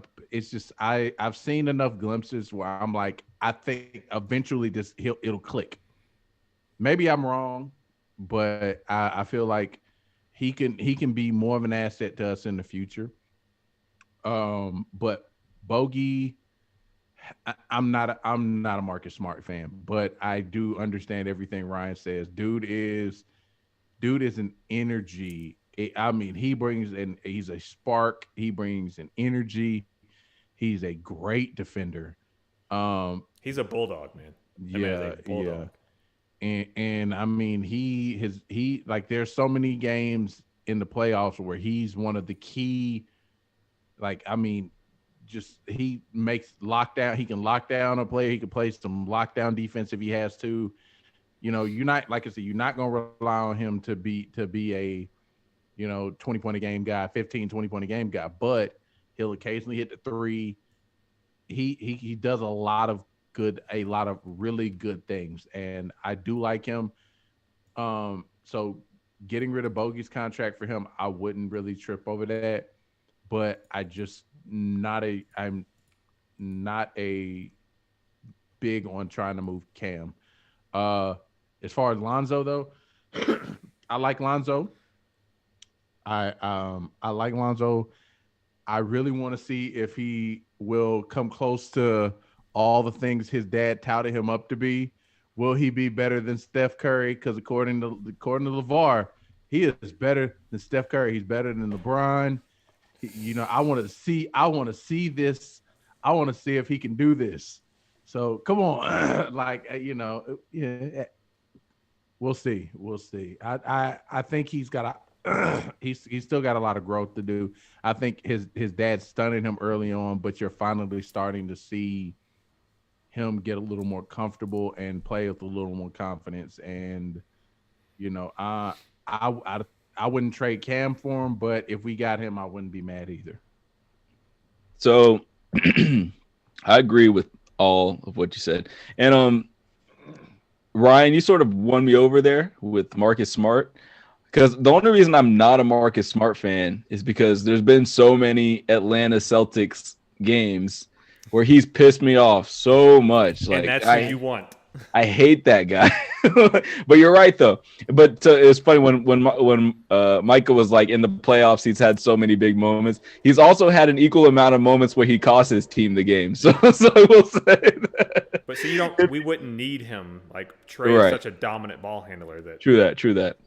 So honestly, I would be at this point. I'd be all for. I like Bogey, and I think he's only going to keep getting better because But for what he offers, we could probably use Marcus Smart instead and package Chris Dunn in that shit and get him out of here. Anytime anybody try to be like, oh yeah, we're bringing this guy for defense, that player's trash. So just get Chris Dunn out of here. And sorry, wow, aka Chris Dunn. Sorry, man. My friend's a Chicago fan, and he says nothing but amorous things about Chris Dunn and his underwhelming performances. So so I would be down for that. In terms of Lonzo for Cam, no. I want to keep Cam. I'd rather see what happens to Cam in terms of his upside than roll the dice on Lonzo. Lonzo's a good player, don't get me wrong. He's a really good defender. He's become an above average three-point shooter, great distributor. But my thing about Lonzo is, first of all, he can't finish. He cannot make layups.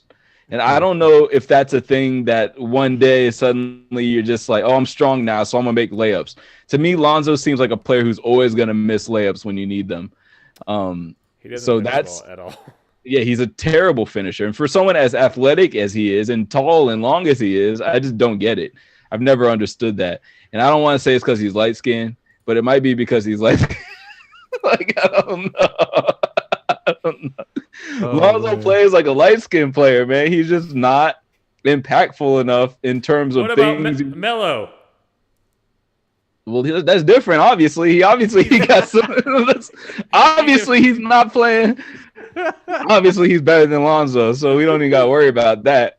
Like Lonzo's whole demeanor, just like the way he stands and the way he like. Now you're talking about the way this man stands.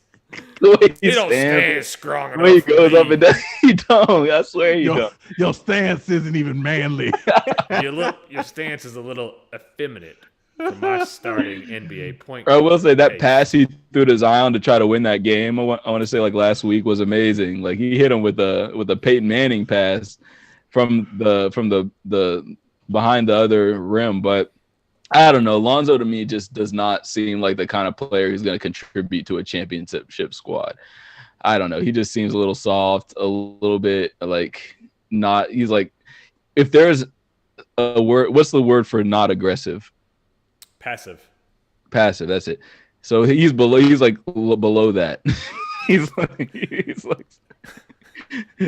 extremely passive. Extremely passive. Non-existent. Hey Ryan. You remember the movie The Other Guys, right? Yes. Yeah, bruh. Marco just reminded me of the scene, when he said Lonzo even stands feminine. It reminded the sound of your pee when it hits the urinal. It's feminine.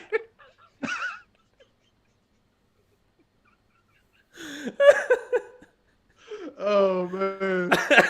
Oh man. Oh God, that's gotta be a hoodie. We gotta get a picture of Lonzo standing, like kind of, and just on the back, just put fish and grits. He's standing with his like wrist all like this. But I'll say what I was the only other knock, like the tangible knock. Okay, a lot of this stuff is untangible, but the tangible knock against Lonzo is that fool's always hurt. So, oh man, yeah, he is.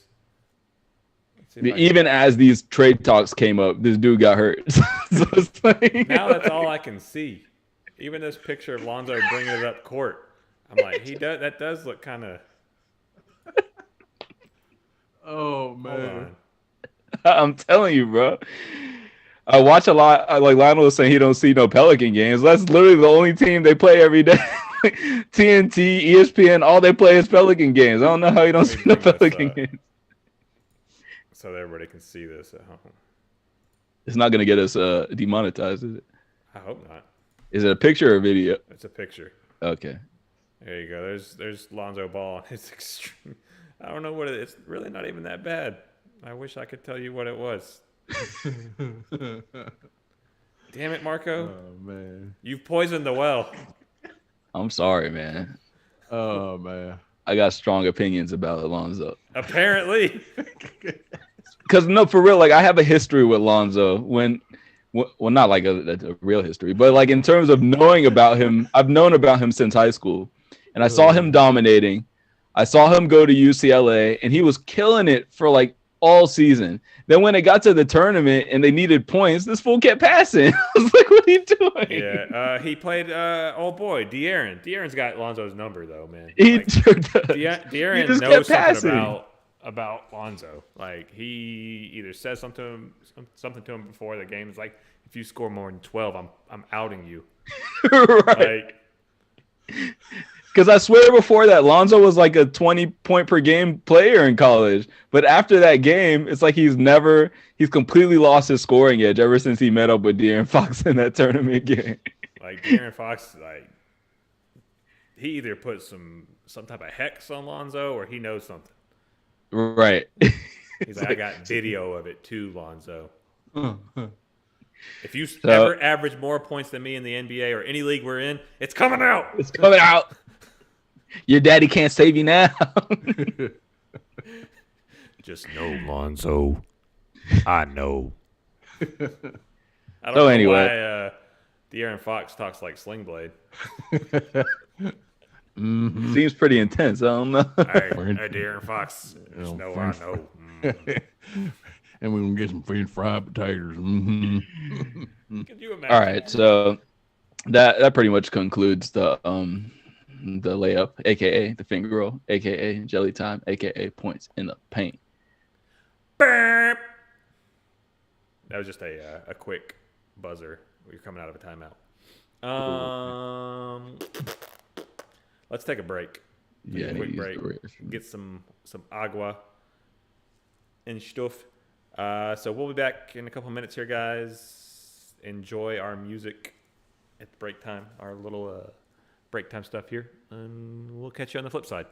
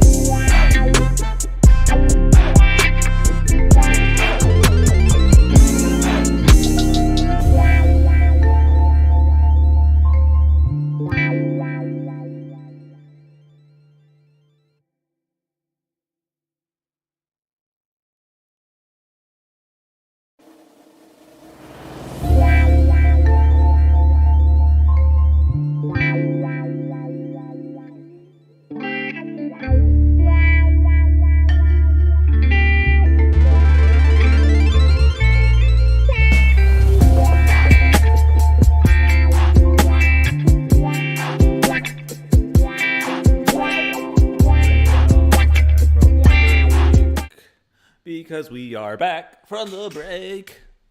Welcome back, guys. Thanks for sticking around if you did. If you are just joining us on the stream, welcome. If you're watching on YouTube recap, just know that Marco is not pooping at this very moment. I'm not quite sure what he's doing. Actually. I just did a cycle, bro. No, you sound like Macho Man. Me and The Rock meeting up later. Just did a cycle.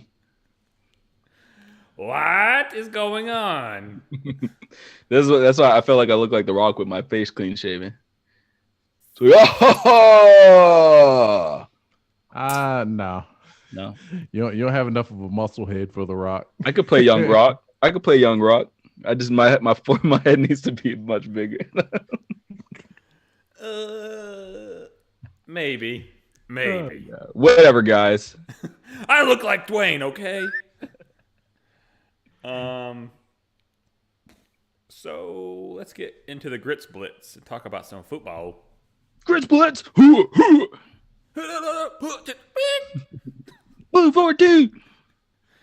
Omaha is what if you're gonna do it. Do Omaha, man. I'm not Peyton Manning. Nobody's Peyton Manning. So going into football talk, I think the biggest news out there, other than free agency and all these combine stuff going on, is what only can be described as what some people would say either is a torrid history that was kept from everyone at his time in the essentially his entire life, or a character assassination by the oil tycoons out in Texas. And the Texas Mafia. The Texas Mafia got... Well, I'm going to let y'all talk about that one because y'all had a good take on that. But what I'm speaking of is Deshaun Watson and these now 14 sexual assault allegations or misconduct allegations that have come pouring out of the woodwork against them. Now, that's not to say that what these women are saying can't be true, because it very well could be. Typically, when a predator is outed, a number of other people come out and speak about it as well because they feel empowered. Also, on the flip side, we've seen that people see other people make it and they're like, what they're doing could get them a lot of money, get them a lot of fame. Let me go ahead and get on it too. That's the problem, because both are true in this day and age. Both have happened. And it's hard to say what this is, at this point, because we haven't heard anything. We haven't seen, any of the testimony. We haven't heard any of that. All we know is there are 14 allegations against Deshaun Watson, and they're very serious accusations. Not, I know we were just making light of this, but to be accused of something like this even once could be career-ending. To be accused of it 14 other times with dates attached to it and locations attached to it could be life-ending. If this is true, Deshaun Watson could go to jail for a very, very long time. We're no longer talking about will Deshaun Watson play football again. We're talking about if Deshaun Watson will see the light of day under his own power ever again. The Michael Vick of our generation, goddamn. So, it was already our generation, but yeah, I mean, of the next generation. I don't know who's right after us. The Zillennials, the latter end of the millennials, and the beginning of Gen Z. Yeah. By the way, I just learned about that today. I didn't even know that was a thing. Zillennials, yeah. Zillennials. It's the mix. Was that like 2000 to 2010 or something? 97 to 2005. Okay. But what's y'all's opinions on this? What have you heard? What have you read? I'll hand it off to you, Micah, first. What are you seeing? I haven't really seen, or I've heard about all the allegations. I haven't really read too much into them, but I mean, like I said, everything about Deshaun Watson that I've ever seen, it's kind of hard to believe to me. So in my mind, it's kind of like, could this, so I honestly, I'm kind of drawn to like, could this be the conservative state of Texas, like basically trying to ruin this guy because he wants to get out of that, he wants to get out of the situation. I mean, but for all I know, I mean, it could be true. I mean, he could, play this one thing and then, be completely different behind the scenes, just out here, grabbing women inappropriately and so on and so forth. I mean, I don't know, but like I said,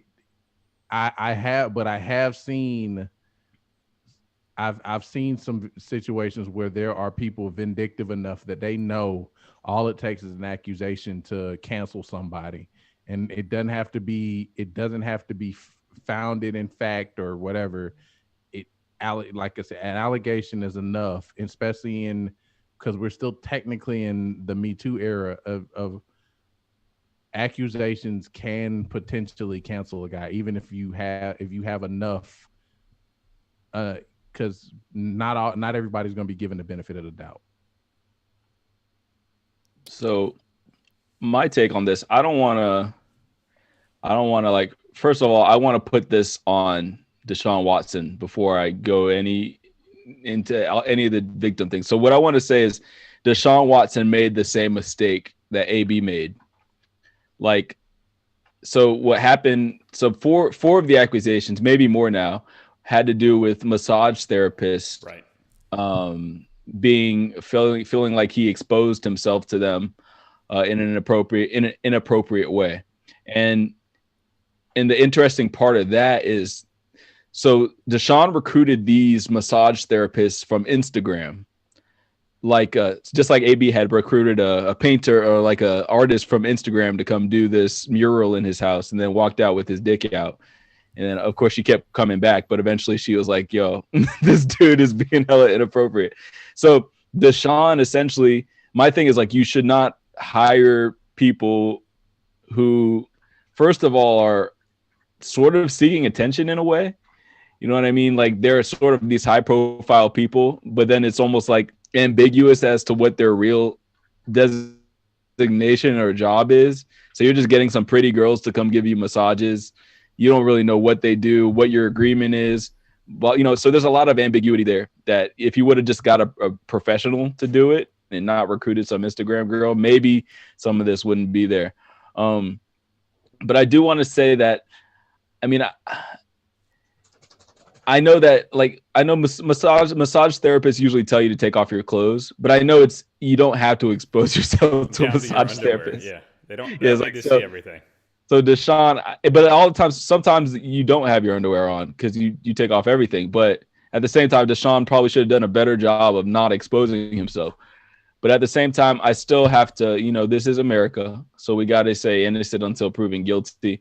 And I know the first case that came out, she was seeking a settlement, like $100,000 settlement.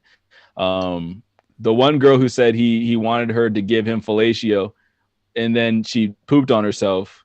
That one just sounds wild, crazy. I don't know. So, but what I'm saying, this is 13 potential settlements. So I don't know, like Micah said, maybe this is some, settlement baiting. Maybe that's what this is. And it's all just too well timed. To me, it's all just this. To me, this reminds me a lot of when Tiger Woods became a billionaire. And then literally within the next week, there's this whole scandal of all these blonde-haired white girls he's had affairs with. And the timing was just too perfect. And this, okay, now Deshaun wants out of the Texans, and this is the first time he's ever done anything out of step in his whole career. And suddenly the whole house falls down on him. So it's like, I don't know what to think. But like Micah said, there's nothing about his character that is ever, you know what I mean? When AB did it, you weren't surprised because that's like, okay, AB's a little crazy. Right. With Deshaun, there's nothing about him that, that at most I'd say maybe there's some misunderstandings. You know what I mean? Maybe he thought these Instagram girls were down for sex and that's not what it was. Maybe. I don't know. I can't say. I really don't know. Maybe he did what a lot of people do, and like we were talking about before the show, he's like, "Oh, I'm famous now. My batting average went way up." Right. You know, I mean, Deshaun's not a bad-looking guy anyway, but you know, he's the starting quarterback of an NFL team. He's young. He's famous. He's single. I mean, a lot of guys like that, unfortunately, think what I see, I can get. And if you fly them out, it adds to that ego trip. You know what I mean? I'm trying to get flued out. Get flued out. Yeah, but for all I know, Deshaun could be like Bill Cosby. But I mean, like what? I mean, Bill Cosby was this wholesome guy, according to everybody. Not as much though. Not as much. But oh, Clifford Huxtable. Why is that so perfect? No, I didn't even put that together.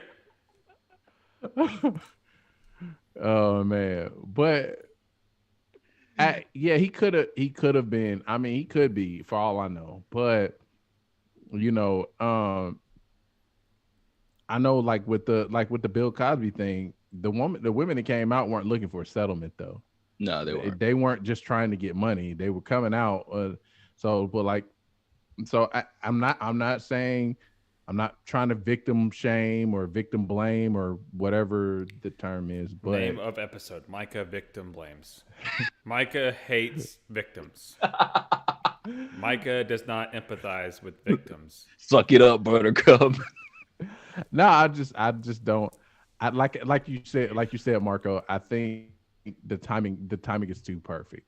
Mm-hmm. It's like you said, the first thing he does that's out of character and wanting out of Houston and them not being able to convince him to or talk him back into just like, all right, fine, I'll play. And now all of a sudden, everybody's coming after him. All these women are coming out of the woodwork saying that, he said the wrong thing, exposed himself. He, said the wrong thing to them, or like I said, I don't know all the stories, but like you touched on a few. So I'm skeptical, should I say. Yeah. His lawyer made a statement earlier today. He said, opposing counsel has orchestrated a circus-like atmosphere by using social media to publicize 14 Jane Doe lawsuits during the past 7 days in a manner calculated to inflame the public and malign Deshaun's otherwise sterling reputation. Watson's attorney also pointed out that Busby has refused to turn over the names of the plaintiffs. The tactic of refusing our request to confidentially provide the names of the plaintiffs so we can fully investigate their claims makes uncovering the truth extremely difficult, Hardin said. Anonymity is often necessary as a shield for victims, but opposing counsel has used it as a sword to publicly humiliate Deshaun before the truth-seeking process can even begin.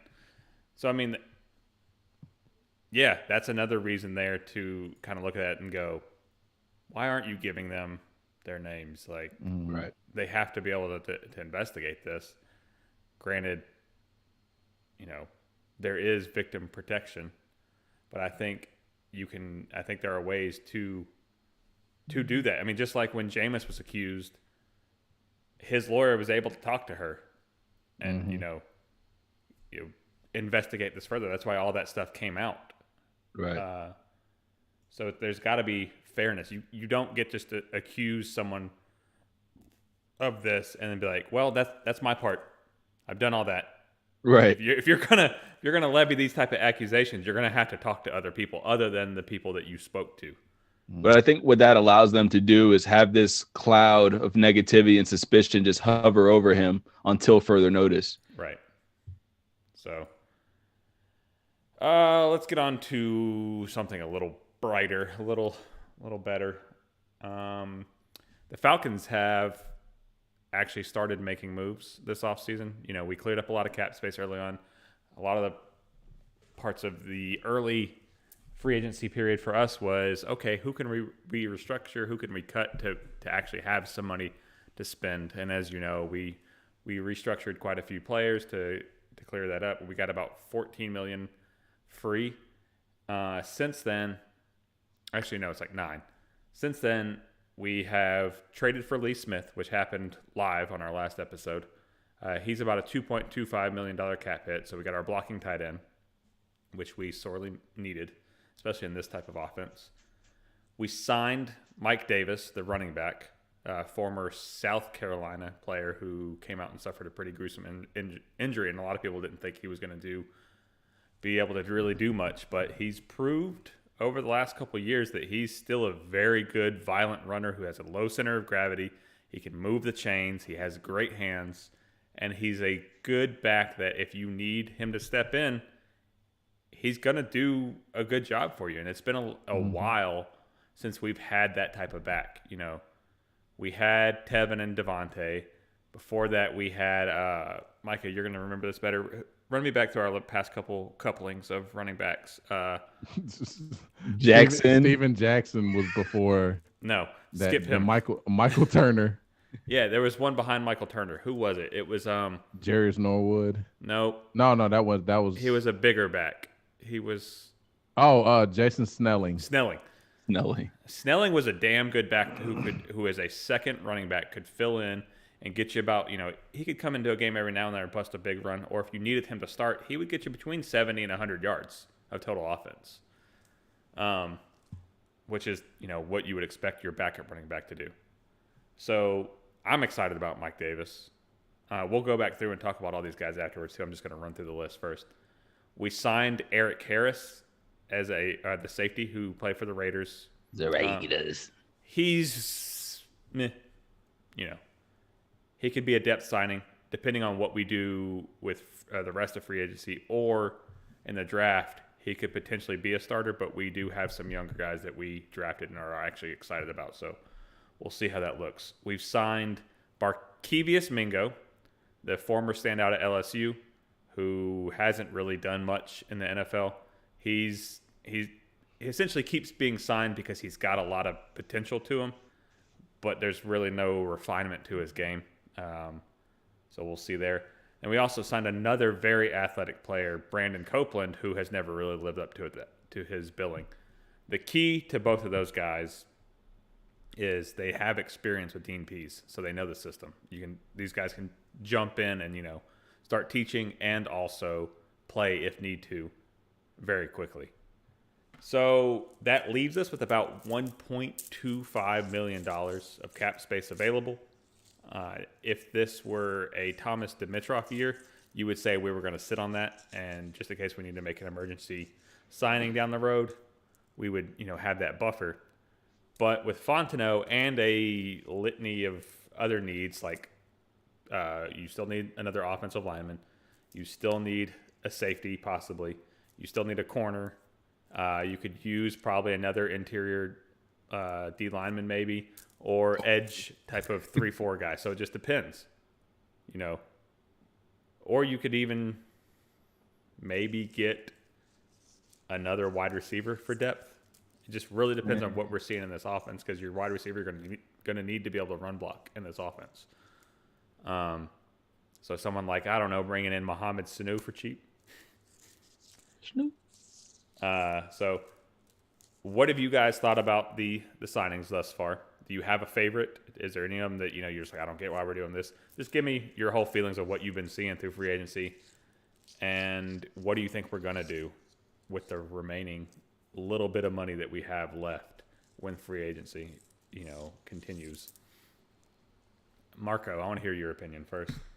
So, what I see with especially on the offensive side, the Lee Smith and the Mike Davis signing, those seem like some Arthur kind of signings. It seems like it's pretty obvious what kind of offense he's trying to construct here. And those are two great guys to start with. Like Mike Davis, I'm really excited about whoever we draft. Like, I'm assuming we're going to take a running back at some point in this draft. He's going to be a great, secondary running back who can produce. In terms of the safety, Eric Harris, obviously we needed some depth at that position just for competition. The linebacker spot, obviously, our linebacker core is pretty strong, but like he said, his philosophy of competition, obviously this contributes to that. And maybe they can Mingo and Copeland. Yeah, Mingo and Copeland. Well, they're technically outside linebackers in a 3-4 scheme, but they're like 260 pounds. Yeah, they're edge players is what they are. Okay. So they're not gonna they'll be in a different. They're not gonna stand up and cover. No. Okay. So on occasion, yeah. I mean, I'm cool with that. Just in terms of the signings, are we talking about signings or draft? Just the signings. Just signings. We'll get to the draft a little bit later. Yeah, so I'm cool with them. Nothing outstanding or blow me away, but it seems like good pickups from a coach that knows what he's doing. So I like the Lee Smith trade was a very quiet, but it's a good deal because I'd rather have him than Luke Stocker. Yeah. I mean, I think Stocker wasn't that great of a blocker. Stocker, every time we threw him the ball, it was just trash. It was turned into an interception or something. It was just awful. So we. You know, after you pointed that out, I started to watch that too. Needed that big body blocking tight end. Started watching what? Oh, I don't know what's going on either. I'm lagging it. There you go. Oh no. Let's hope we don't drop again. Yeah. What happened? I think we're good.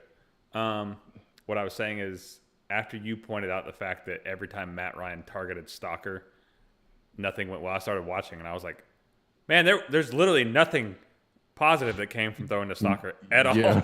Yeah. But he did it at least like once or twice a game for some reason. Right. Luke Stocker was his panic button. He was like, Luke Stocker. It's like, wait, is that Hooper? No, shit, Stocker.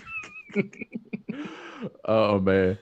So Mike Davis, I like the Mike Davis deal. Solid running back. He did looking the way he did last year for Carolina when he took over was, he did a great job out there. And, he killed us a couple of games. Eric Harris I think Eric Harris is a solid safety. Oakland's defense was pretty bad, so you didn't really see much or hear much about him. But I think he gives us some versatility. I think he's the type of player that Dean Pease likes.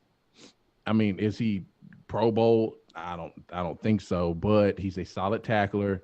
He can make a few plays on the ball.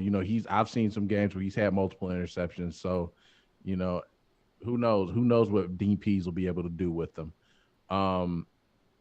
The Barkevious Mingo, I actually like Barkevious Mingo.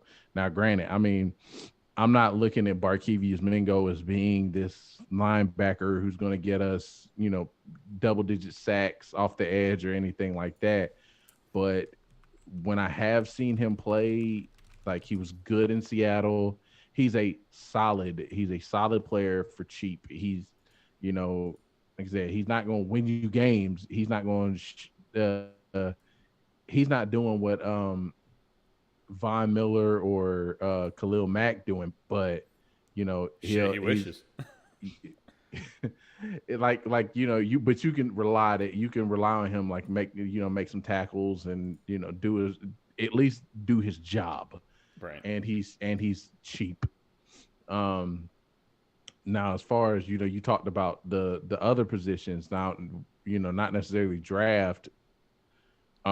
I did hear a rumor about us potentially maybe like a Bashard Breeland, but because they said like a veteran corner would probably be the best move for us to make now, and then try to address the other things in the draft. If only there was a guy that's a veteran corner that played extremely well in his time here last year that was a free agent right now. Darqueze Dennard. Quiz. I would love to bring him back. Yeah. I thought you were about to talk about Trufant. Oh, no. moving on. I'd bring back D'Angelo Hall before I bring back True Fine. Boy. Just don't let Jay Cutler play us. All right, so in regards to the moves that we've made, we've addressed depth with a lot of these moves. We haven't really signed a starter, except with the possible exception of Mike Davis. He, in a pinch, if we don't get anybody good, we could roll with Mike Davis for a year and still probably have a 1,000-yard back, in all honesty. He probably won't have like a ton of huge games, but he'll have a lot of consistent games. If Mike Davis started here full time, I could see him going just over 1,000 and having like 400 yards receiving. Mm-hmm. Probably wind up with like 10 touchdowns, 11 touchdowns. Would not be shocked at all if he stays healthy. Yeah. That's the question about him is, could he stay healthy after that? Can he be a full-time workhorse? Because when he came out of South Carolina, there was no doubt that man could have been a full-time player in the NFL. Did he? Am I remembering wrong, or did he have some fumble issues in a game that we? When we played him when he was in Seattle, I think he coughed it up a couple times. Yeah. Okay. When we played him in Carolina this last year, it was like, oh my God, please get this man off the field. Right. Can y'all please stop him? Every time we tried to strip him, he just rolled with it and just kept pulling us forward for 5, 6, 7, 8 yards at a time. Strip it. Bro would see contact and then get another 5 yards every time. Every time. I was like, good God. But, I mean, I knew what that was. That was the defense was trying to make a play because the offense was struggling. And so they were going for the ball, and he's just like, roll with it, keep going, and first down. Right. Yeah, I mean, but we haven't had a runner like that in quite some time. Oh, yeah. Devontae could have been, but Devontae, I don't know what happened. Concussions. Yeah. Turner was probably the last one we had like that. I loved. Do you remember the feeling when we got Michael Turner from the Chargers? We signed him, and that first season out there, and it was like, oh, we got something here. Because like he was a backup to LT, and like people would see flashes like, okay, he could be pretty good, and then he got here and was like, whoa, he is all that and then some. God, that was such a good feeling. But we got Turner when he was like 25. Mike Davis is 28, so yeah, doesn't have that long of life left him in the NFL, unless he's got Frank Gore's DNA in him. No one has Frank Gore's DNA. So looking ahead, excuse me, what do you guys think this means for the draft for us? As far as, taking into factor who we've just signed and the holes that we still have, what do you think this means, the direction we're going to go with the draft, Micah? I do think Pitts, especially after Pitts posted that 4.4, that 4.46, but there's a very, very good chance we could we might go after Pitts with that first pick. Fields, I like Fields, but I think now I'm kind of saying I think we're going to steer clear of the quarterback with the first pick, and we might go in a different direction. Pitts. I'd be happy if we get Pitts. Now, I'd question what we're going to do as far as tight ends because, we just brought back Jaden Graham. We still got Hayden Hurst under under contract, and then we'd have Pitts, but and Lee Smith. But also Pat Surtain the second. That's still one of my favorites. So either way, I'd be happy. I think Surtain's going to really see a drive up in his stock. One, with his measurements that he put up today, because he's like in the top 5% for like cornerback measurements now in all the league. Mm-hmm. I mean, he's got long arms. He ran a 4.42. Okay, good. I think because that's it. That was one of the questions because they said he wasn't. They questioned his athleticism let's see. I wish I could just see it. He's 6'2", 208, ran a 4.46, had a 39-inch vertical. Okay, yeah. His measurements. Where did it go? Let's see if I can find it. Yeah, there was a post that someone put up earlier, and I think I actually screenshot it. Sorry about this. Speaking of... Here we go. So he's 6'2", he's in the 95th percentile, 208, 94th percentile, 32.5-inch arms, he's in the 84th percentile, 10-inch hand, 96th, 4'2", 75th, 39-inch vertical, 84th, and 10-foot, 11-inch 39-inch gets him in the 84th? Yeah, because you got some folks that jumping out. Yeah, there's like people that like Byron Jones. Bro. Yeah. Holy shit. And a 10-foot, 11-inch broad jump in his 92nd percentile. So, like, he's in the top first or second tier in all this type of stuff. Bruh, speaking of percentiles, did you see the safety Paris Ford and that D tackle from Pitt? That D tackle from Pitt, man. Oh my God. How many did he wind up putting up? It was like 40? 40 reps on the bench. But I believe he ran like a 5.5 something 40. He was in the 0th percentile. That's 0th. Is that zero? Last. Just put last. The worst ever. Oh man. The worst percentile. Then their safety Paris Ford, 6 foot 196, ran a 4.9 something 40. Ew.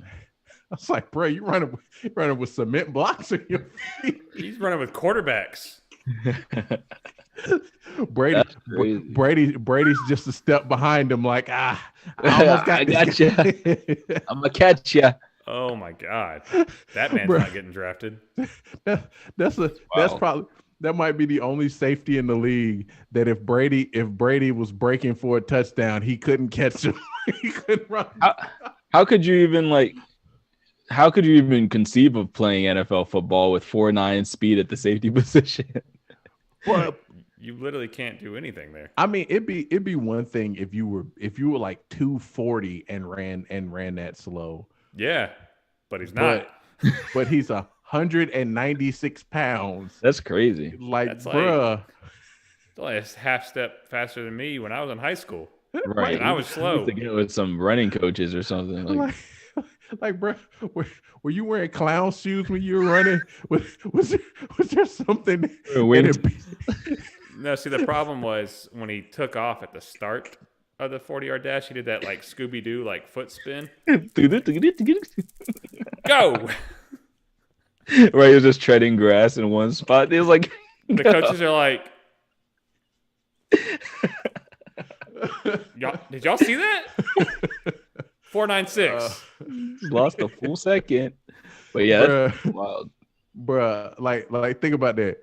Tyreek Hill could run, trip, fall, roll twice, get back up, and still run faster than the 4.96. Oh man. Oh man, that's terrible.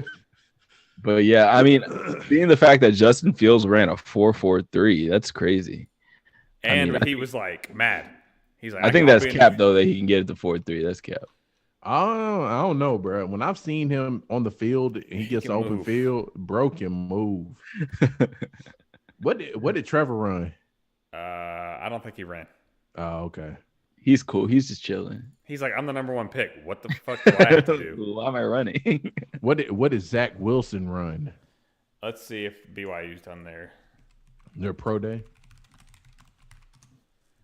Yep, he did it 2 days ago. I have been missing out on these pro days. That's the one thing I'm missing this year is I miss the combine because I will always watch the combine. Yeah. Is it not on NFL TV? I'm sure it is, but it's just, it's not. I don't know that. Oh, quarterbacks are going today. Wide receiver. It's just whenever they're scheduled. Yeah. I know all about Zach Wilson. Like, tell me what he did at his pro day. This guy can spin it. Maybe he hasn't. done it yet. Yeah, if you can't find it by now, it probably hasn't ran yet. Yeah. March 26th. So it'll be this Friday. Okay, cool. Okay. Bryce, you need to chill in the caps lock, bro. I can hear you. I can see you. What do you do? Stop What is yelling at me. What?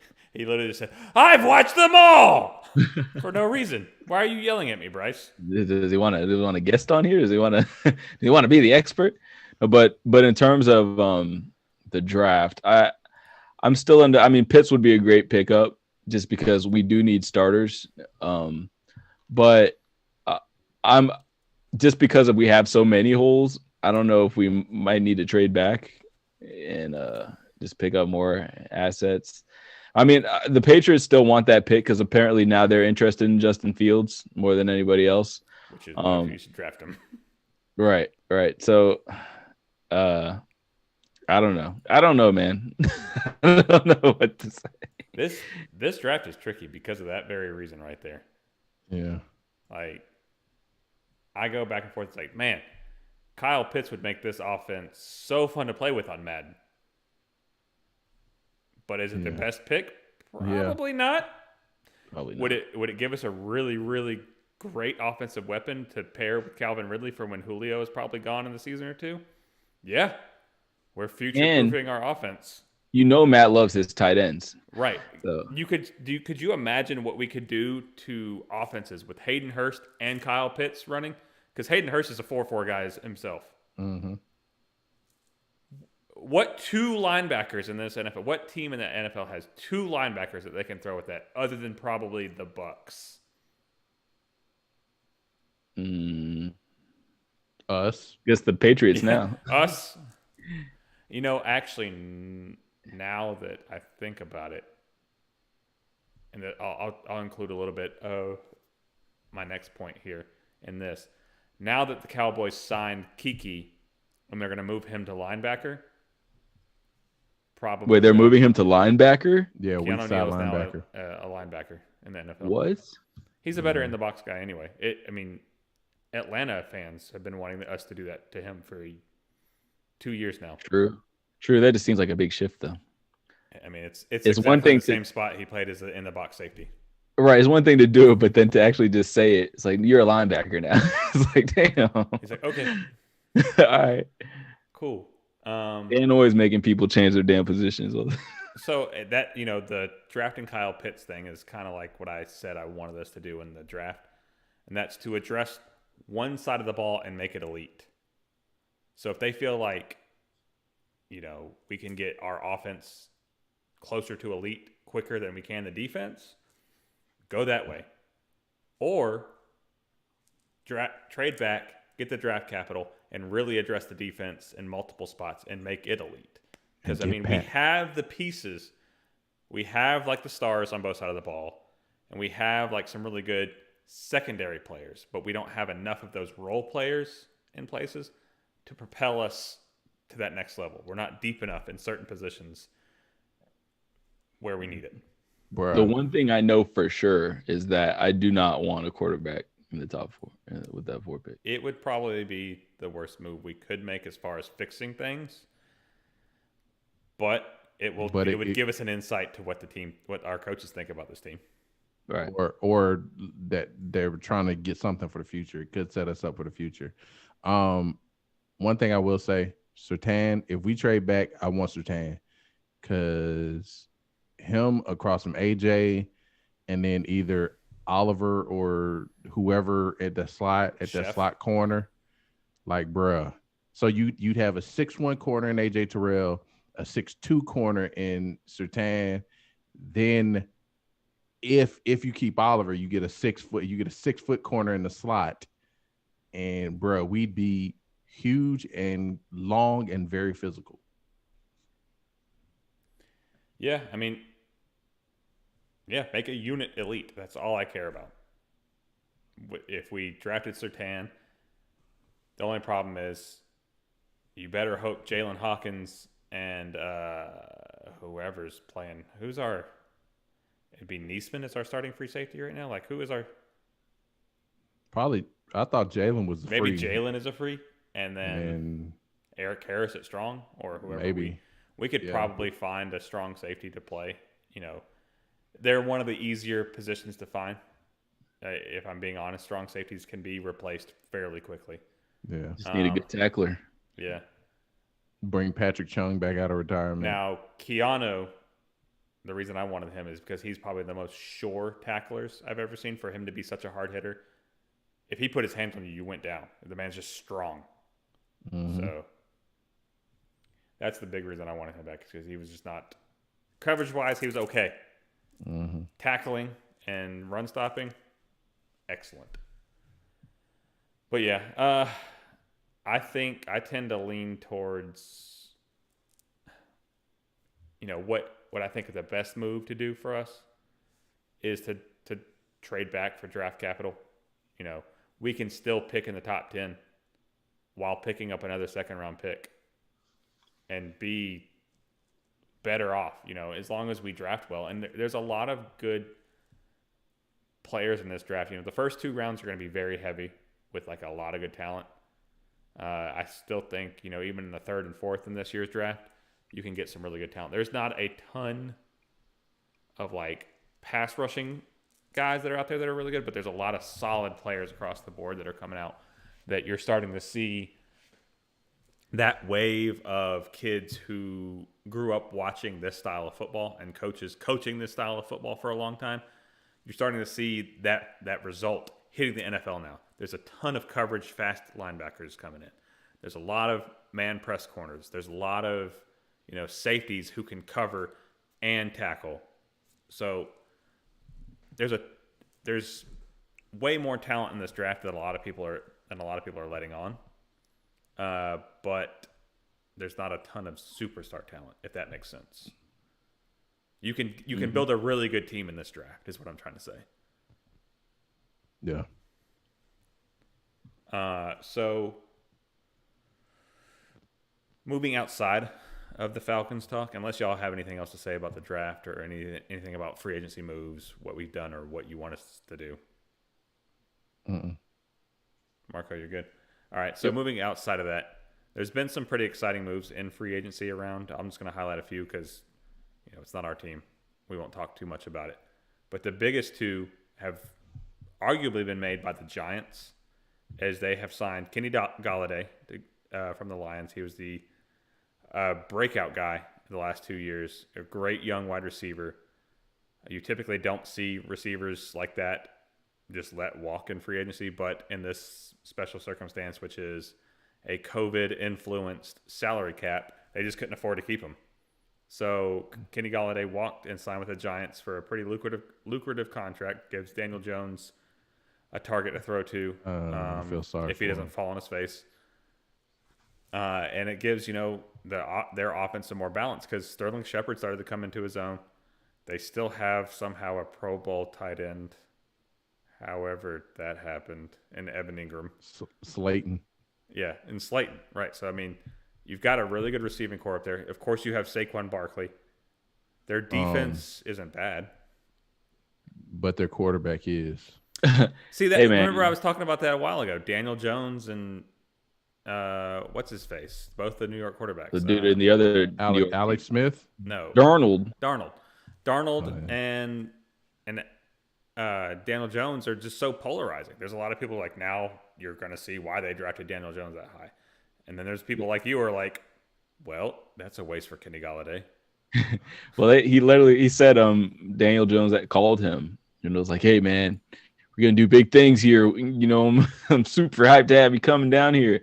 So, you know, maybe he's showing some maturity. And I just felt bad for Kenny Golladay, because if you stay in Detroit, you're catching passes from Jared Goff, but you went to New York and you get to catch passes from Danny Dimes, who can literally throw a dime, or he can not hit the broadside of a barn.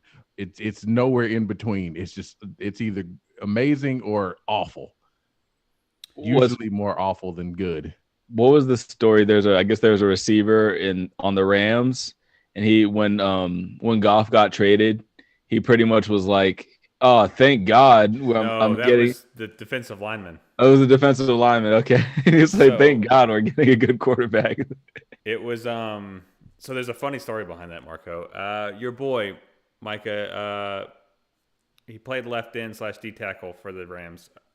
Michael Brockers? Yeah, Michael Brockers. So they were asking him about the move to Stafford, right? So he was like, Stafford's an upgrade. If I'm being honest, like they phrased it in the way that kind of pigeonholed him, but he didn't have to say that. He could have danced his way around it, but he essentially said, Matt Stafford's an upgrade over Jared Goff. And then a week later, he gets traded to the Detroit Lions back with Jared Goff. So now he's like, what's up, Jared? I'm really excited to be back here with you. Like, how awkward. Detroit's going to do really bad next season. Bruh. Knowing Michael Brockers, though, he probably wouldn't even care. Like Jared, if you say the wrong thing to me, I'm knocking you out. If you that red shirt can't save you in late practice. Pick. Said that red shirt won't save you in practice. I'm eating you up. I mean, the Lions are just one of those teams that's like, oh, look at all this talent they get. Oh, they still suck. What? Because I remember talking to y'all 2 years ago, and I was like, all the signings they made, I was like, man, watch, the Lions are going to be sneaky good. 6-10. Didn't they pull like 9-7 out of that? Not under Patricia. It was Caldwell. Oh, okay. Yeah, Patricia's.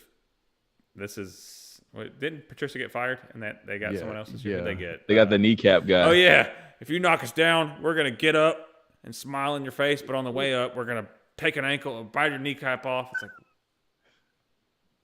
It's like, who gave this guy some coke? Soundbite coach. That was supposed to be for after the interview. Right. Bruh. Soundbite coach. You never want to be soundbite coach. Nah, the crazy thing was Jim Caldwell went like 9-7. They missed the playoffs, and then he lost his job. They replaced him with Matt Patricia after Patricia and them pulled off that Super Bowl against us. And yeah, they didn't have a winning season under him. So he got fired like a season and a half later. Yeah. For kneecap guy. They're going to be the worst team. I might say they'll probably be the worst team in the league. Jared Goff, they lost their receivers. Their defense is okay.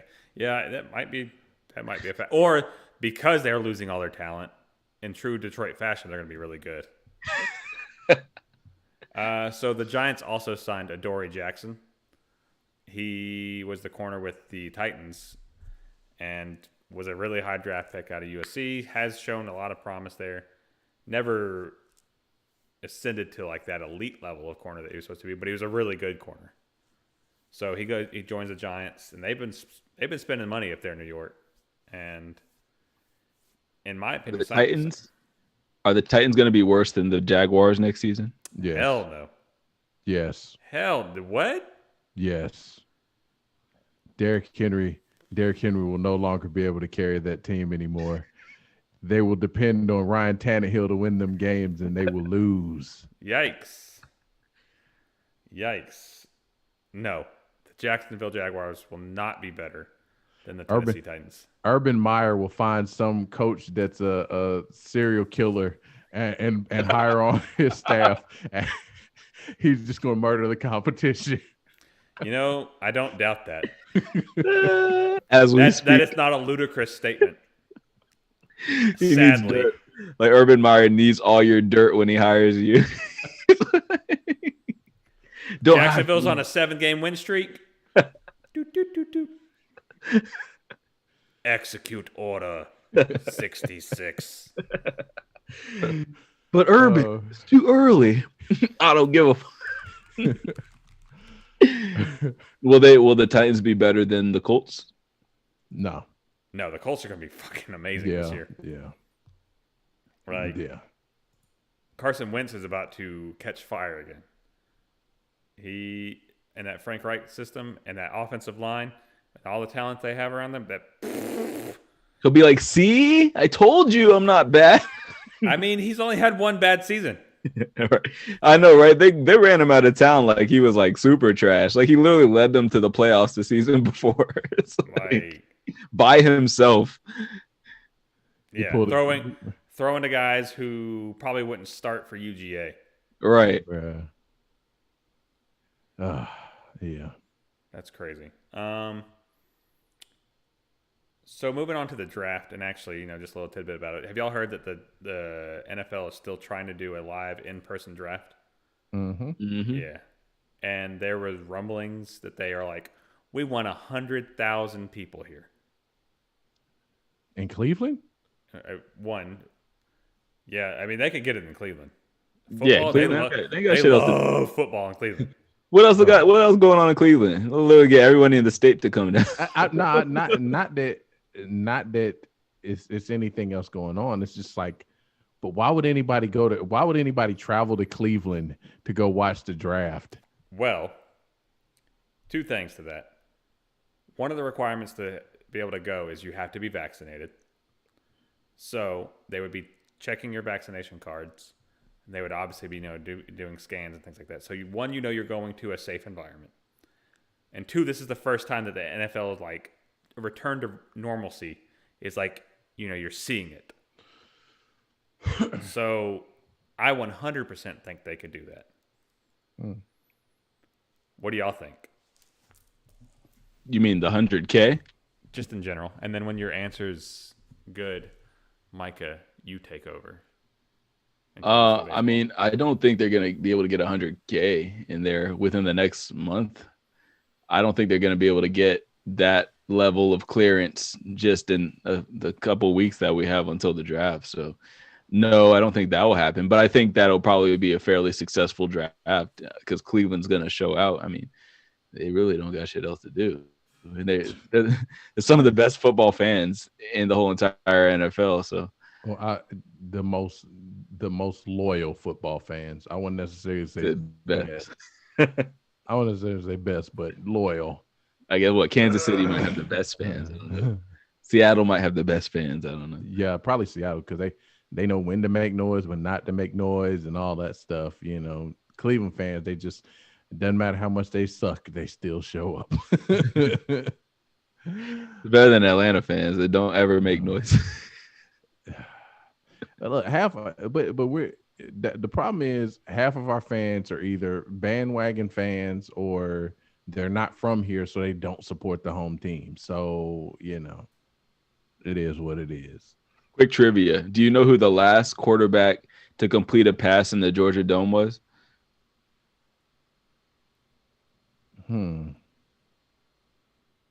Brett Favre. No, what? I mean, you got the right team, but so is Aaron Rodgers? No, it's Hundley. Oh, wow. His backup. Brett Hundley. Yep. Wow. You got the wrong Brett. Oh God. I was surprisingly close. I just threw it out there. Just darting on the board. Well, I guess that concludes the Grits Blitz. Well, you didn't answer if you think they can. Oh, pull it off. If they're taking those kind of measures, then yes, I believe they can. Like I said, making sure everybody's vaccinated. It's still a risk, but I think they can get a huge crowd if everyone is vaccinated. But yeah, whatever. So that concludes the Grits Blitz, and now here comes the Suicide Squeeze.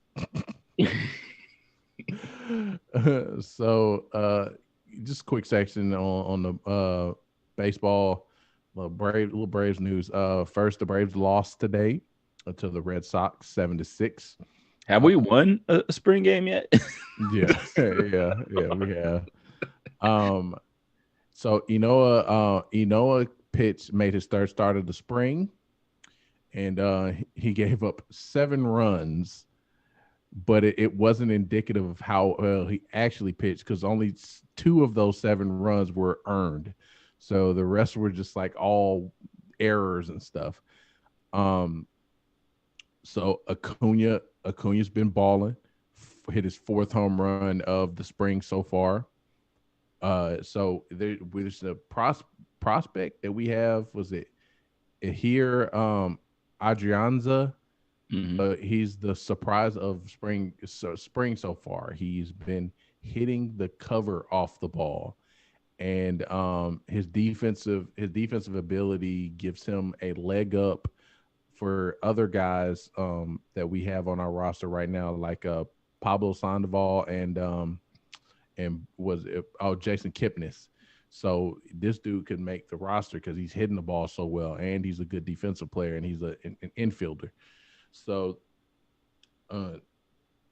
also we have Will Smith. Will Smith, the pitcher we picked up last year, I believe.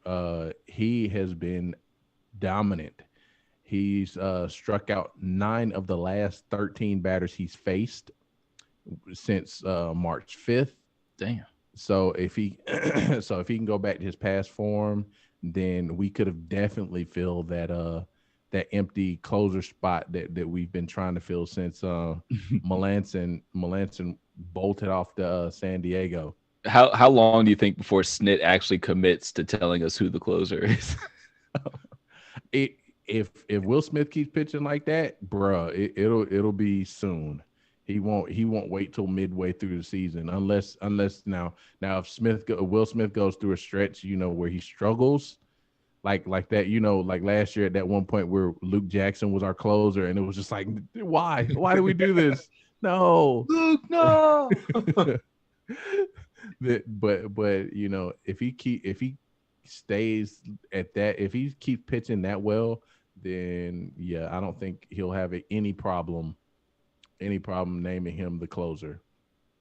Last but not least, the MLB is finally doing something positive with their platform. So they have partnered with 12 other sports leagues and organizations, and they launched a new campaign called "It's Up to You." So the entire purpose of this campaign is to encourage fans to educate themselves on the COVID vaccine, and to encourage fans to get the vaccine so we can go back to normal.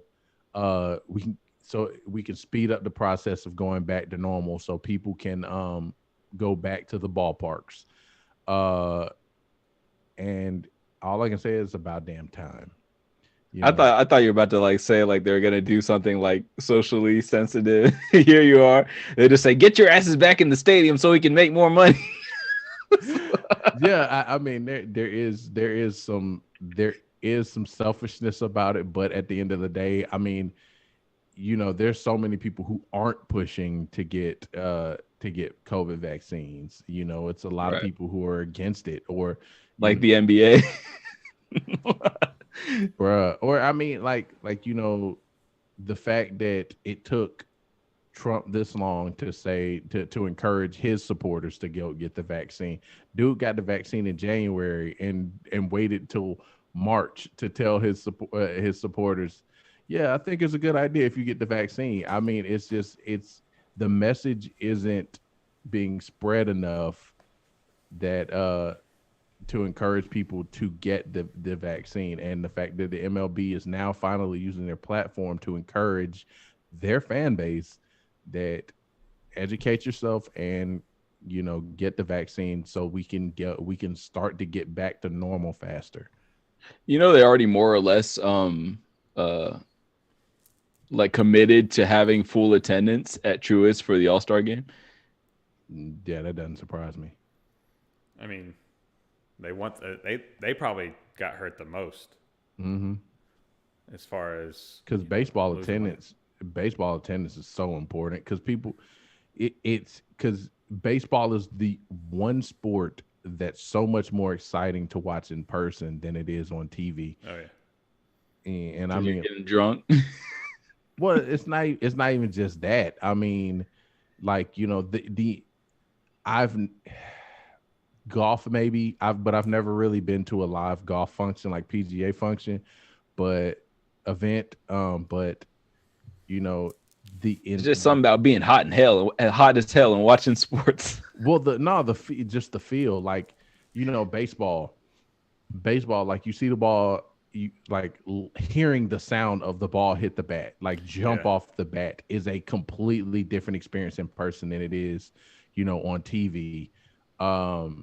Watching, like seeing, like the craziest thing is like Andrew Jones back in the day, like he would catch the ball at the fence and he'd do that little underarm flip, and you watch the ball, like how far he threw the ball just off. Like, it's things in baseball that don't really get shown on TV, but when there in person and you see it in person, it's just like, wow.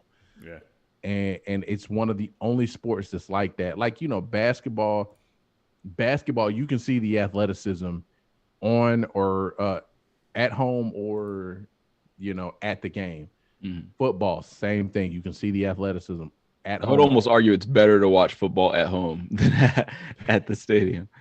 But baseball is one of those. The experience, the in-person experience is so much better than just watching on TV. And so they really miss having fans in the stands, and so of course they're pushing to try to encourage people to come back. So I still need to make my way down to Truist. I'm still not a. I mean, barring the whole like COVID life. I just mean in general. No, not even. It's not even about COVID. Like, back at Turner Field, my cousin used to own a lot, like right across the street from the left field side of the stadium.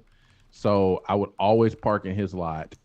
First of all, it was free because I was family, and then I could just literally walk just less than a block and be at the stadium. So now they moved to Truist. It's like traffic sucks. There, I don't have that free lot that I can park at, and so it's just like you killed one of my biggest experiences about that. So I used to be the guy that would ride MARTA down to the Georgia State station and just walk. Yeah. Take that about mile walk. I always took MARTA. Don't do it. Oh, don't do man. It. They had that little shuttle that would take you. Let that one die. That was a funny. There's still I'm sure there's not a Truist shuttle at MARTA now. I mean, let's. No, it runs into Cobb County. They can't. Yeah. Well, they got the CCT. Oh yeah, I forgot they do have that now. Yeah, but that that's a whole different experience, a whole different situation. Data, I don't really want to get into that compared to MARTA. Yeah, never even been on a CCT. But the reason that they don't have MARTA is stupid, but whatever. Georgia could have public transportation everywhere if it weren't for Cobb County and Gwinnett. Yep. And I live in Gwinnett. Also North Fulton. Let's not forget them. What do you mean? That line they stopped at North Springs was supposed to go up like 15 years ago. Really? Yeah. That project's been halted forever. Yeah, because bastards. They're concerned. There's concerns that we have about. I bet you they're not Republican. Other demographics, to put it politely. Micah or Marco, do y'all have a lightning round question? I do, if no one else does. Yeah, you go ahead. Go ahead. All right, who was the first celebrity? Not like crush but who's the first celebrity you saw and be like, yo, that's a cool ass person, and try to copy them or be like, oh, that's that's someone I look up to. Who's the first celebrity you ever held to in a high esteem? That's a good one. Marco, do you have yours already? Yeah, mine is so when I was young, my dad introduced me to all this old music.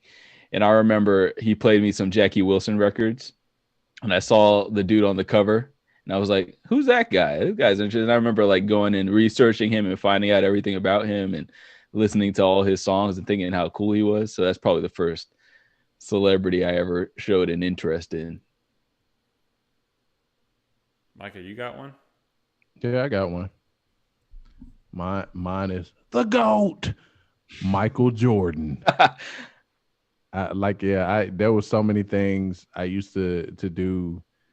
Like I used to rock the armband and stuff like that, just because Michael Jordan used to, like, my mom still laughs at how back in the day I used to have this hoop over the door, and I would stand up on the chair and jump off the chair and stick my tongue out like Michael Jordan as I tried to dunk on this little hoop. So yeah, I was like 2. So yeah, that was the guy. Michael Jordan was probably my first. It was the first dude that I really looked up to like that. I honestly don't know if I have one. I don't really.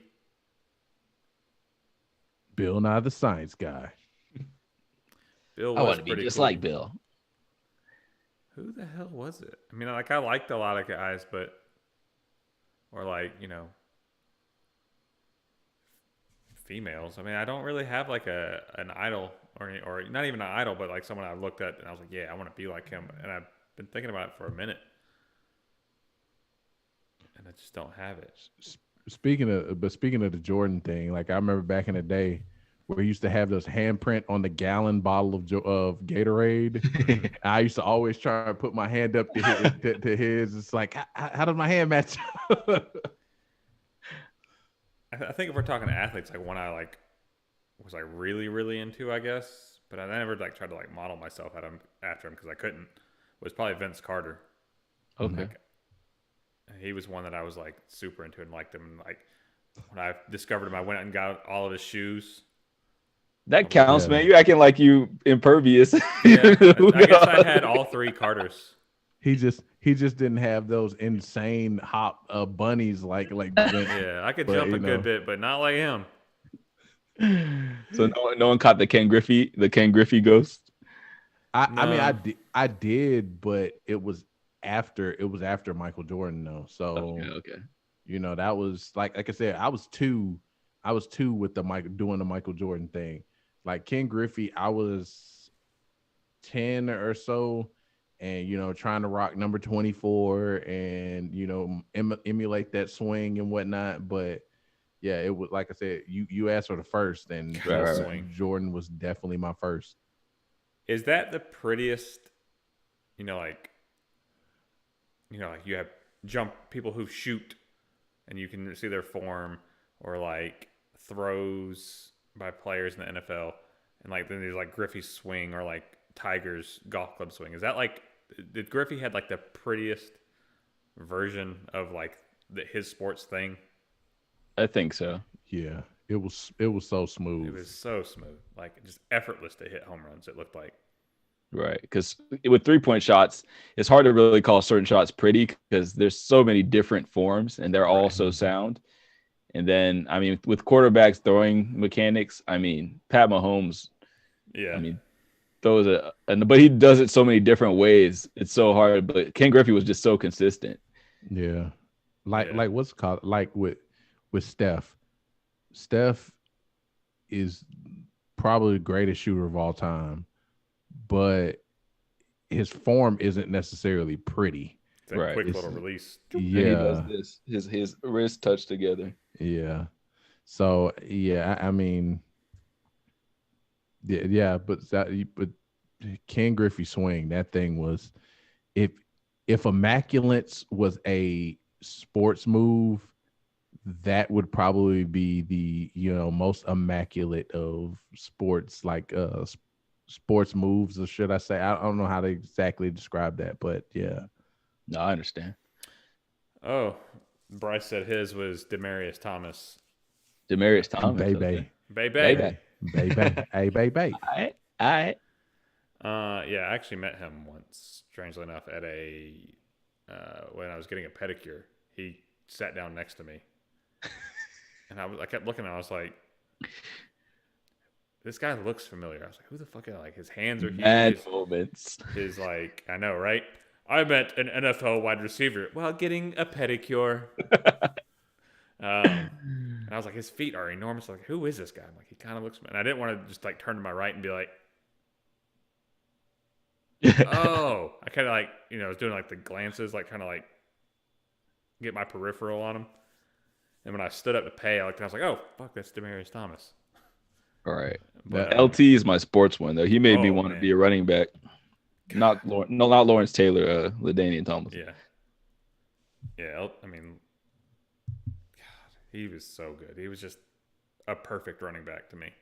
Right. I even wore 21 and shit. So Ryan, Chris Winkie wasn't your dude? No, I didn't play football long enough to really care about Chris Winkie, like emulating him.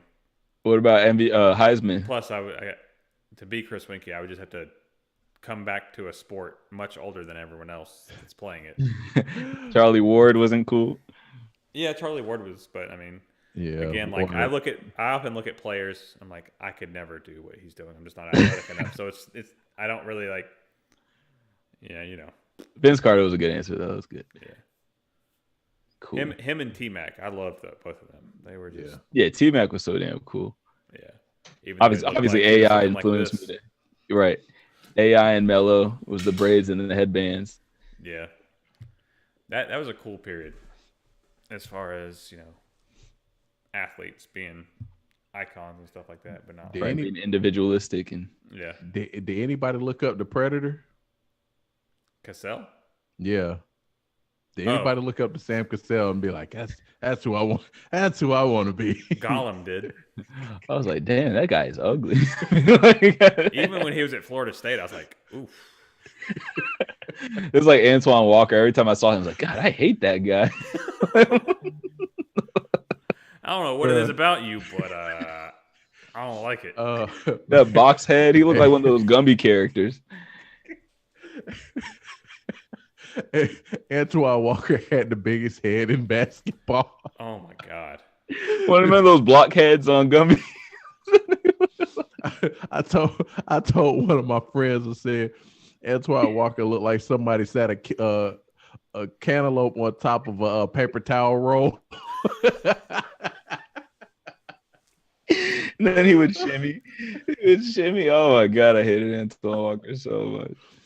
Oh man! Remember, it was like Paul Pierce and Antoine Walker, and then people were like, "Oh no, it's just Paul Pierce, really." Antoine, you can go. Oh, Cybertwine. Then he came to the Hawks. Oh yeah, that was bad. That was really bad. Do you remember the playoff bound guaranteed Hawks? Glenn Robinson, Theo Ratliff, Jason Terry. Who was the shooting guard? Freaking was Mookie still on the team? No, not at that point. Who was our shooting guard? It was like no, Ty Lue was a backup. I forget who was at the shooting guard position. That was 2002 or 2003. Yeah, let's see. 2002 Hawks roster. I think that was that during or before Raheem? I think that was during. Yeah, Sharif was on that team. Okay. For sure. Yeah, Glenn Robinson. Here we go. We went like 13. Dan Dickow. Yeah, Dan Dickow was on there. Darvin Ham, who became one of our coaches. We were like 13 and 70, 13 and 69. Something ridiculous. And then wind up using that pick. Like we need a point guard. Right. Let's get Marvin. Yeah. God. No. Oh, was that AC Law? Yeah, we had some really bad drafts there for a while. Oh my God. Yeah, and we picked the one the dude who got hurt in an accident. DeMar, or what was his name? DeMar Johnson.